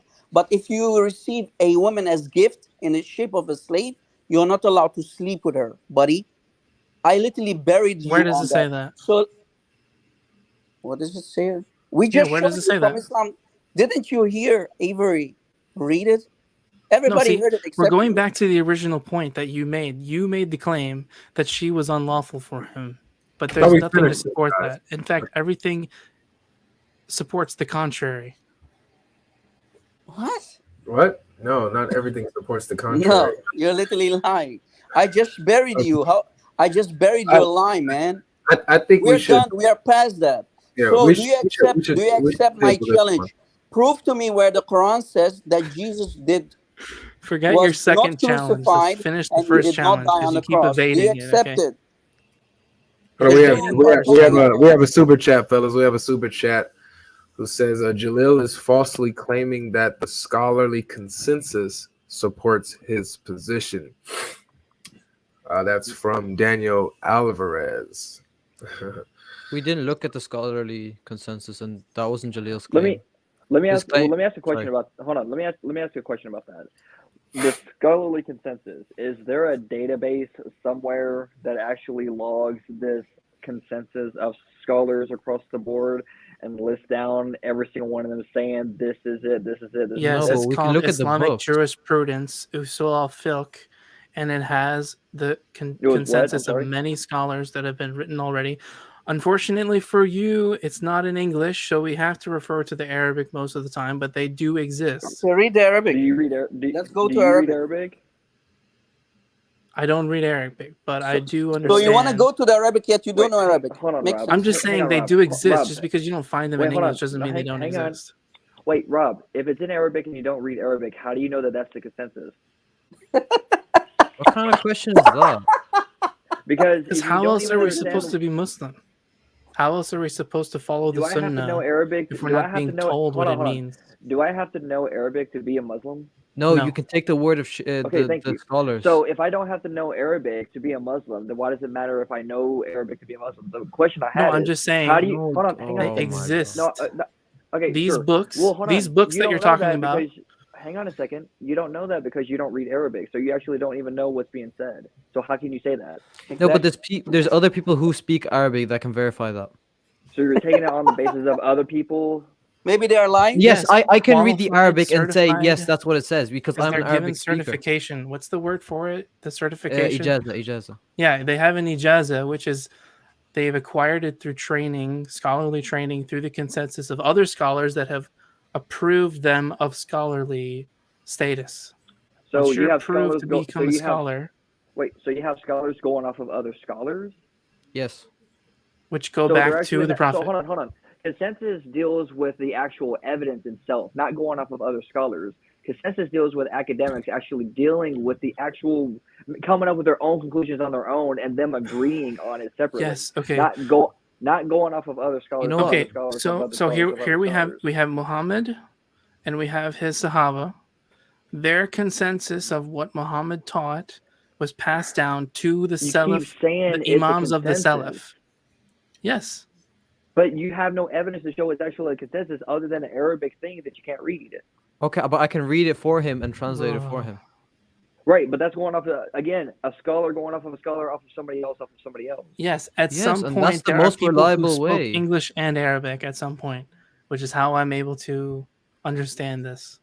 But they're going off of their teacher Scholars. who taught them, who goes back to So the it's not Salafi Imams, which is the Abu Hanifa, hearsay, it's not Shafi'i, Maliki, consensus. Hanbali.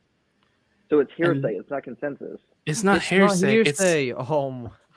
Because this Because is how we there's a have scholar going off of a science of scholar. hadith is a science to verify the validity of something's statement and whether it traces back to the Prophet Muhammad. So if it doesn't trace back to the Prophet Muhammad, But this doesn't fit peer review. That's Hunter's point. That's exactly what I'm saying. That's not consensus. This is not even close to what we call peer review in No, but we have books of the Salaf. We have books going back to those we have books written No, by no, the no, people no. I'm not who are the denying next you have books. generation of What people I'm after the Prophet saying is Muhammad. what you would call consensus is not what academia would call consensus. It's not consensus. Why? It's Why? hearsay. Because Because consensus is whatever not hearsay. method that was practiced back then is totally woefully outdated compared to peer review today.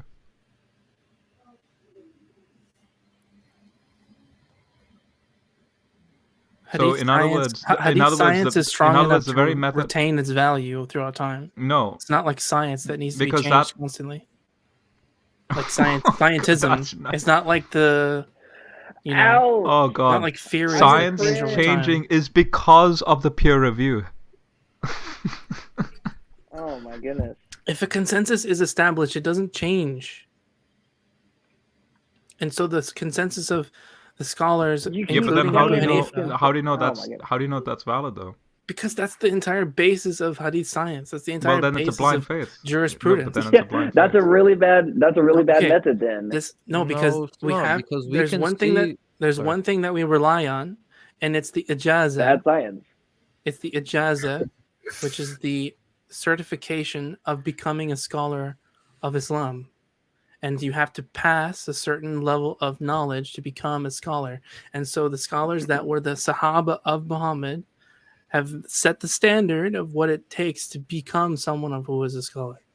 So if you don't meet that criteria, you're not just going to be able to become. Sounds like an echo You know. chamber to me. Sounds like what? Why?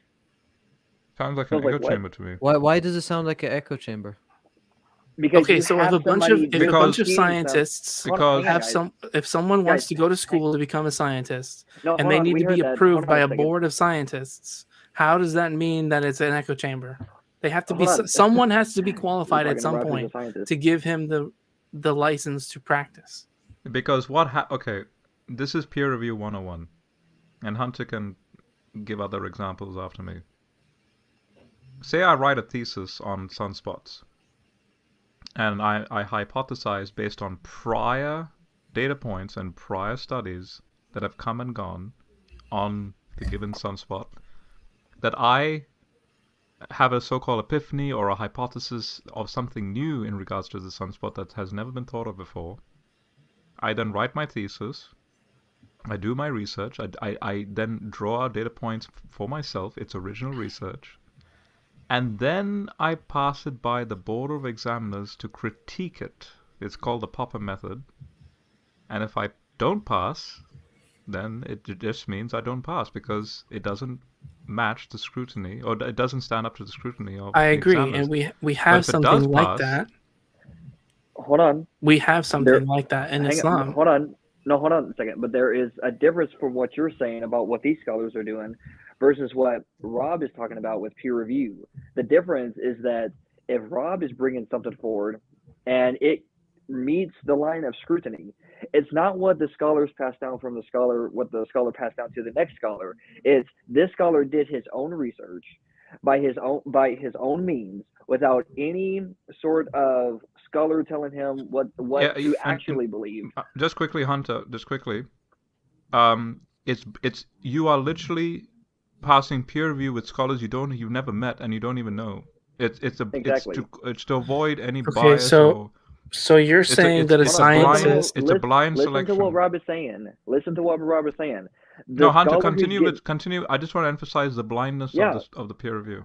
That's exactly my point. The point of the matter is that there is the scholar who is writing this thesis, Rob, for example, he doesn't know the scholars who are going to peer review him.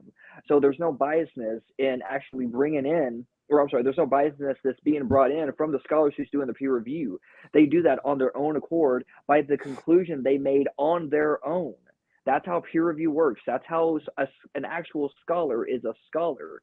Because anyone, if I bring in anyone who knows me by name, and I know them by name, there's your little echo chamber because they'll defend me because I'm their friend. Exactly. And so that's why That's it's not how a it works, bad though. method. I'm sorry? So okay, the example here is, let's say someone wants Did to. you say that's not how it works? Hold on. Yeah, let no, me it's just. not. Okay. So let's say there's a new guy. There's a new sheikh, right? He just became sheikh. He wants to make some exegesis. He wants to do some tafsir or sirah or whatever. He comes up with this meaning of an ayah, and what it does, it totally takes Muhammad out of character from what we know of his personality, his history. It totally goes against what the Quran says in other passages, and that's the purpose of the previous scholars, is to put this in light of that. So the previous scholars have studied Muhammad. They know his personality, his history, who he grew up with, who his family was, and so if anything goes against this, they'll be scrutinized as such. Same thing with the idea of what people agree upon what certain ayahs mean in the Quran. Okay. Jalil, So- Jalil, Unless- since we're talking about the life of wait. Muhammad. Yeah. Sorry. Yeah, go Wait, ahead. just to clarify. Oh no, finish your point, Jalil. Yeah, and then just to relate. So back to science. In order to proceed with science, you need to rely. You're not going to reinvent the wheel of what the law of gravity is every time you want to do an experiment. Actually, that's what Einstein did. You can, and if the consensus follows, then you will. The consensus is based on the data. That's the universe itself that dictates the consensus on that. Like Einstein made a theory, and guess what? Real world data showed he was right. But again, that's based on the conclusion he was able to bring out by himself. Yes, he was standing on the what shoulder of giants, but he Yep. he went beyond anything Newton can conceive of. Exactly. And Yeah, that was and the it giants wasn't in based- our case are the Salaf.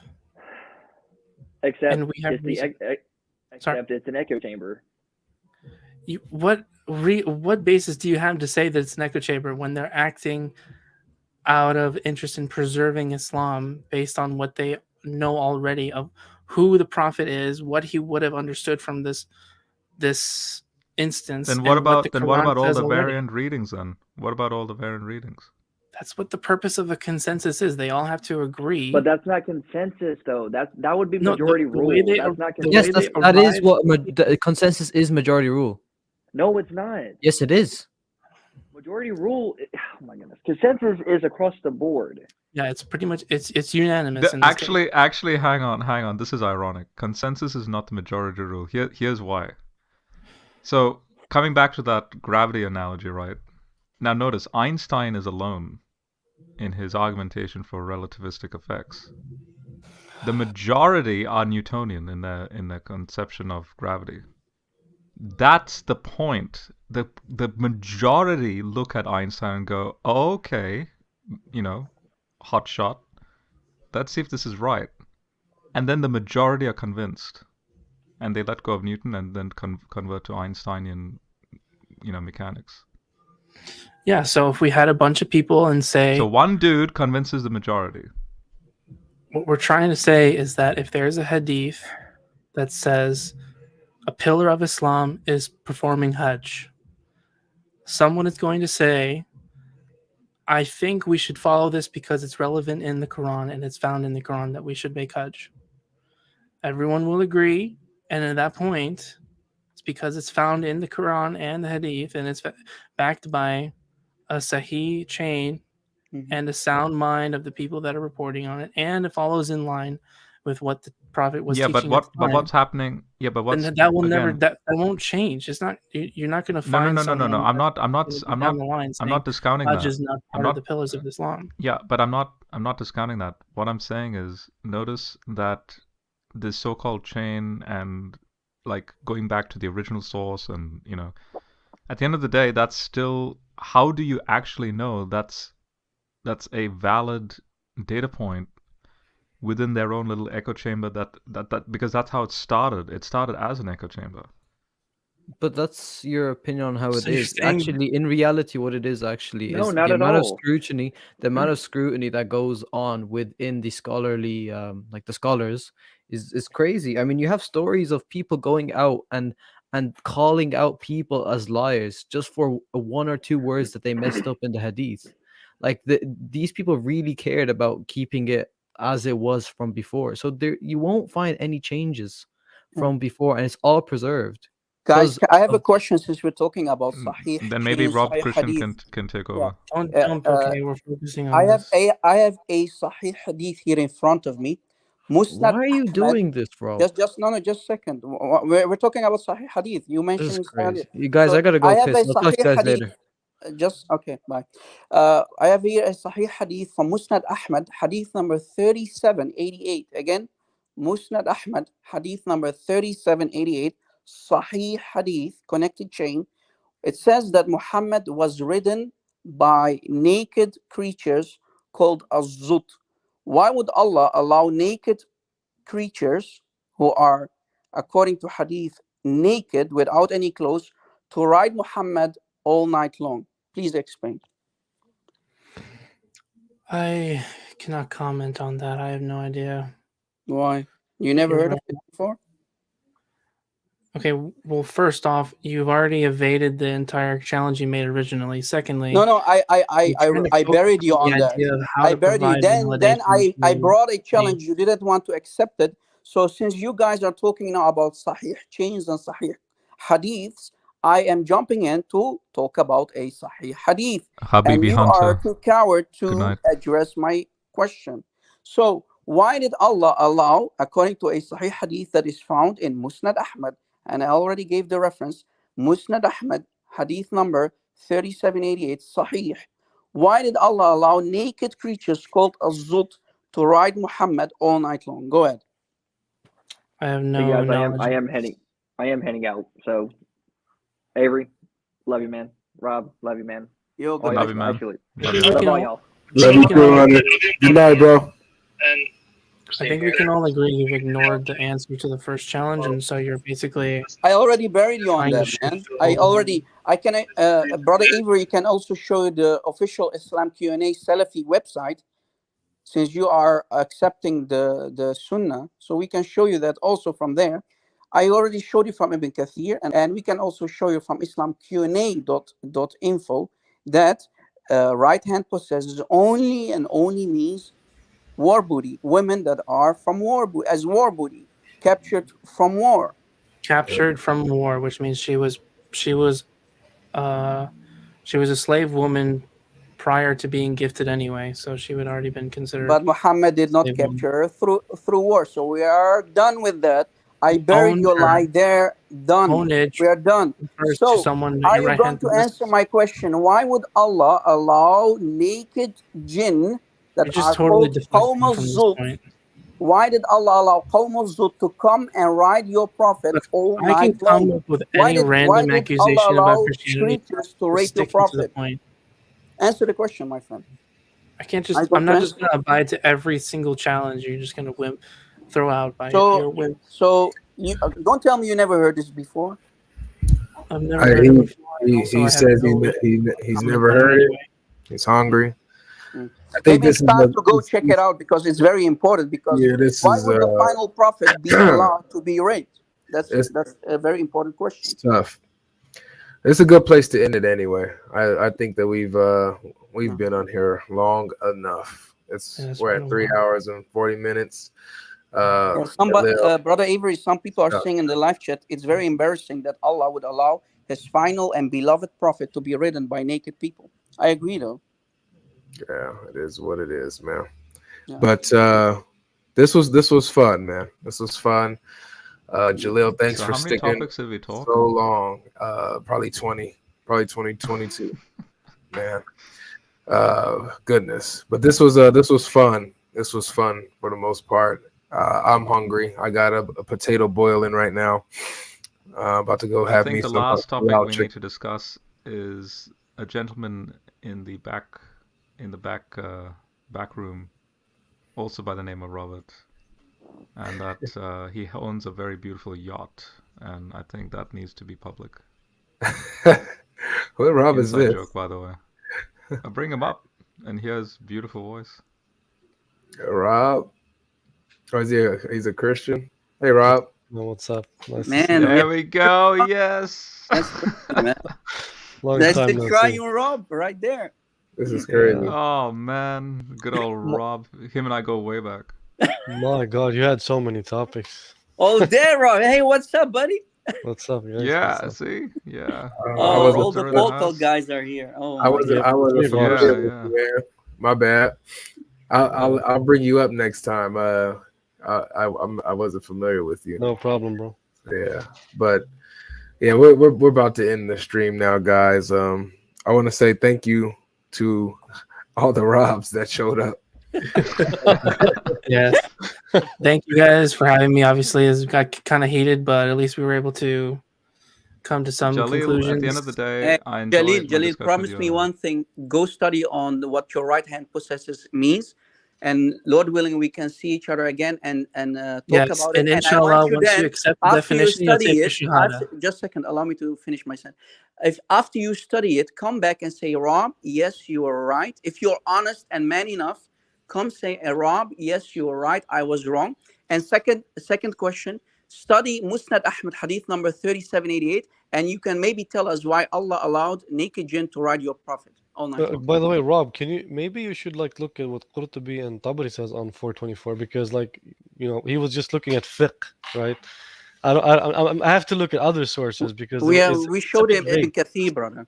Yeah, but he Yeah, doesn't. but Rob, all you need to do is show anyways. him his yacht. Yeah. But yeah, let's go ahead and wrap this up, guys. So thank you, Jalil, for coming, man, and hanging out with us and staying in the mud with us, man. Like I said before, you are literally always welcome. You haven't been disrespectful at all on the stream, man. And so God bless you, man, for and hopefully We can though, Avery. coming We on, can man. if you like. No, you can keep coming on, man. And shout out to Adam as well. Adam, he dropped off a little bit early, but he was in for the longest too. So shout out to Adam, who was here from the first second and hanging out with us. I know it's not easy to have a conversation with RC. So thank you, Rob, from Citadel Apologetics. I appreciate you, and I appreciate everyone for chiming in here, being part of the stream with the super chats and the support, the mods moderating the chat and everything like that. God bless you all. If something else pops up, I will also be live streaming again, maybe tomorrow or the next day. So who knows? Lord willing, we'll see. So that's it from us. It's good that we're ending the stream with a Rob inception. Yeah. Yeah, I'm gonna have to do something about this. I can't let this happen anymore. Yeah, Anyway. Yeah, we're taking over, bro. You have to do something. I gotta do some purging, man. I gotta do some purging here, man. With that being said, you guys be blessed. There's only one God who is triune, and Jesus is the Christ who died for our sins, rose on the third day with power and authority. Amen, Robs. Amen. God bless you, man. Amen. God bless everybody. I'm gonna put that on my yacht. Hey. It's God.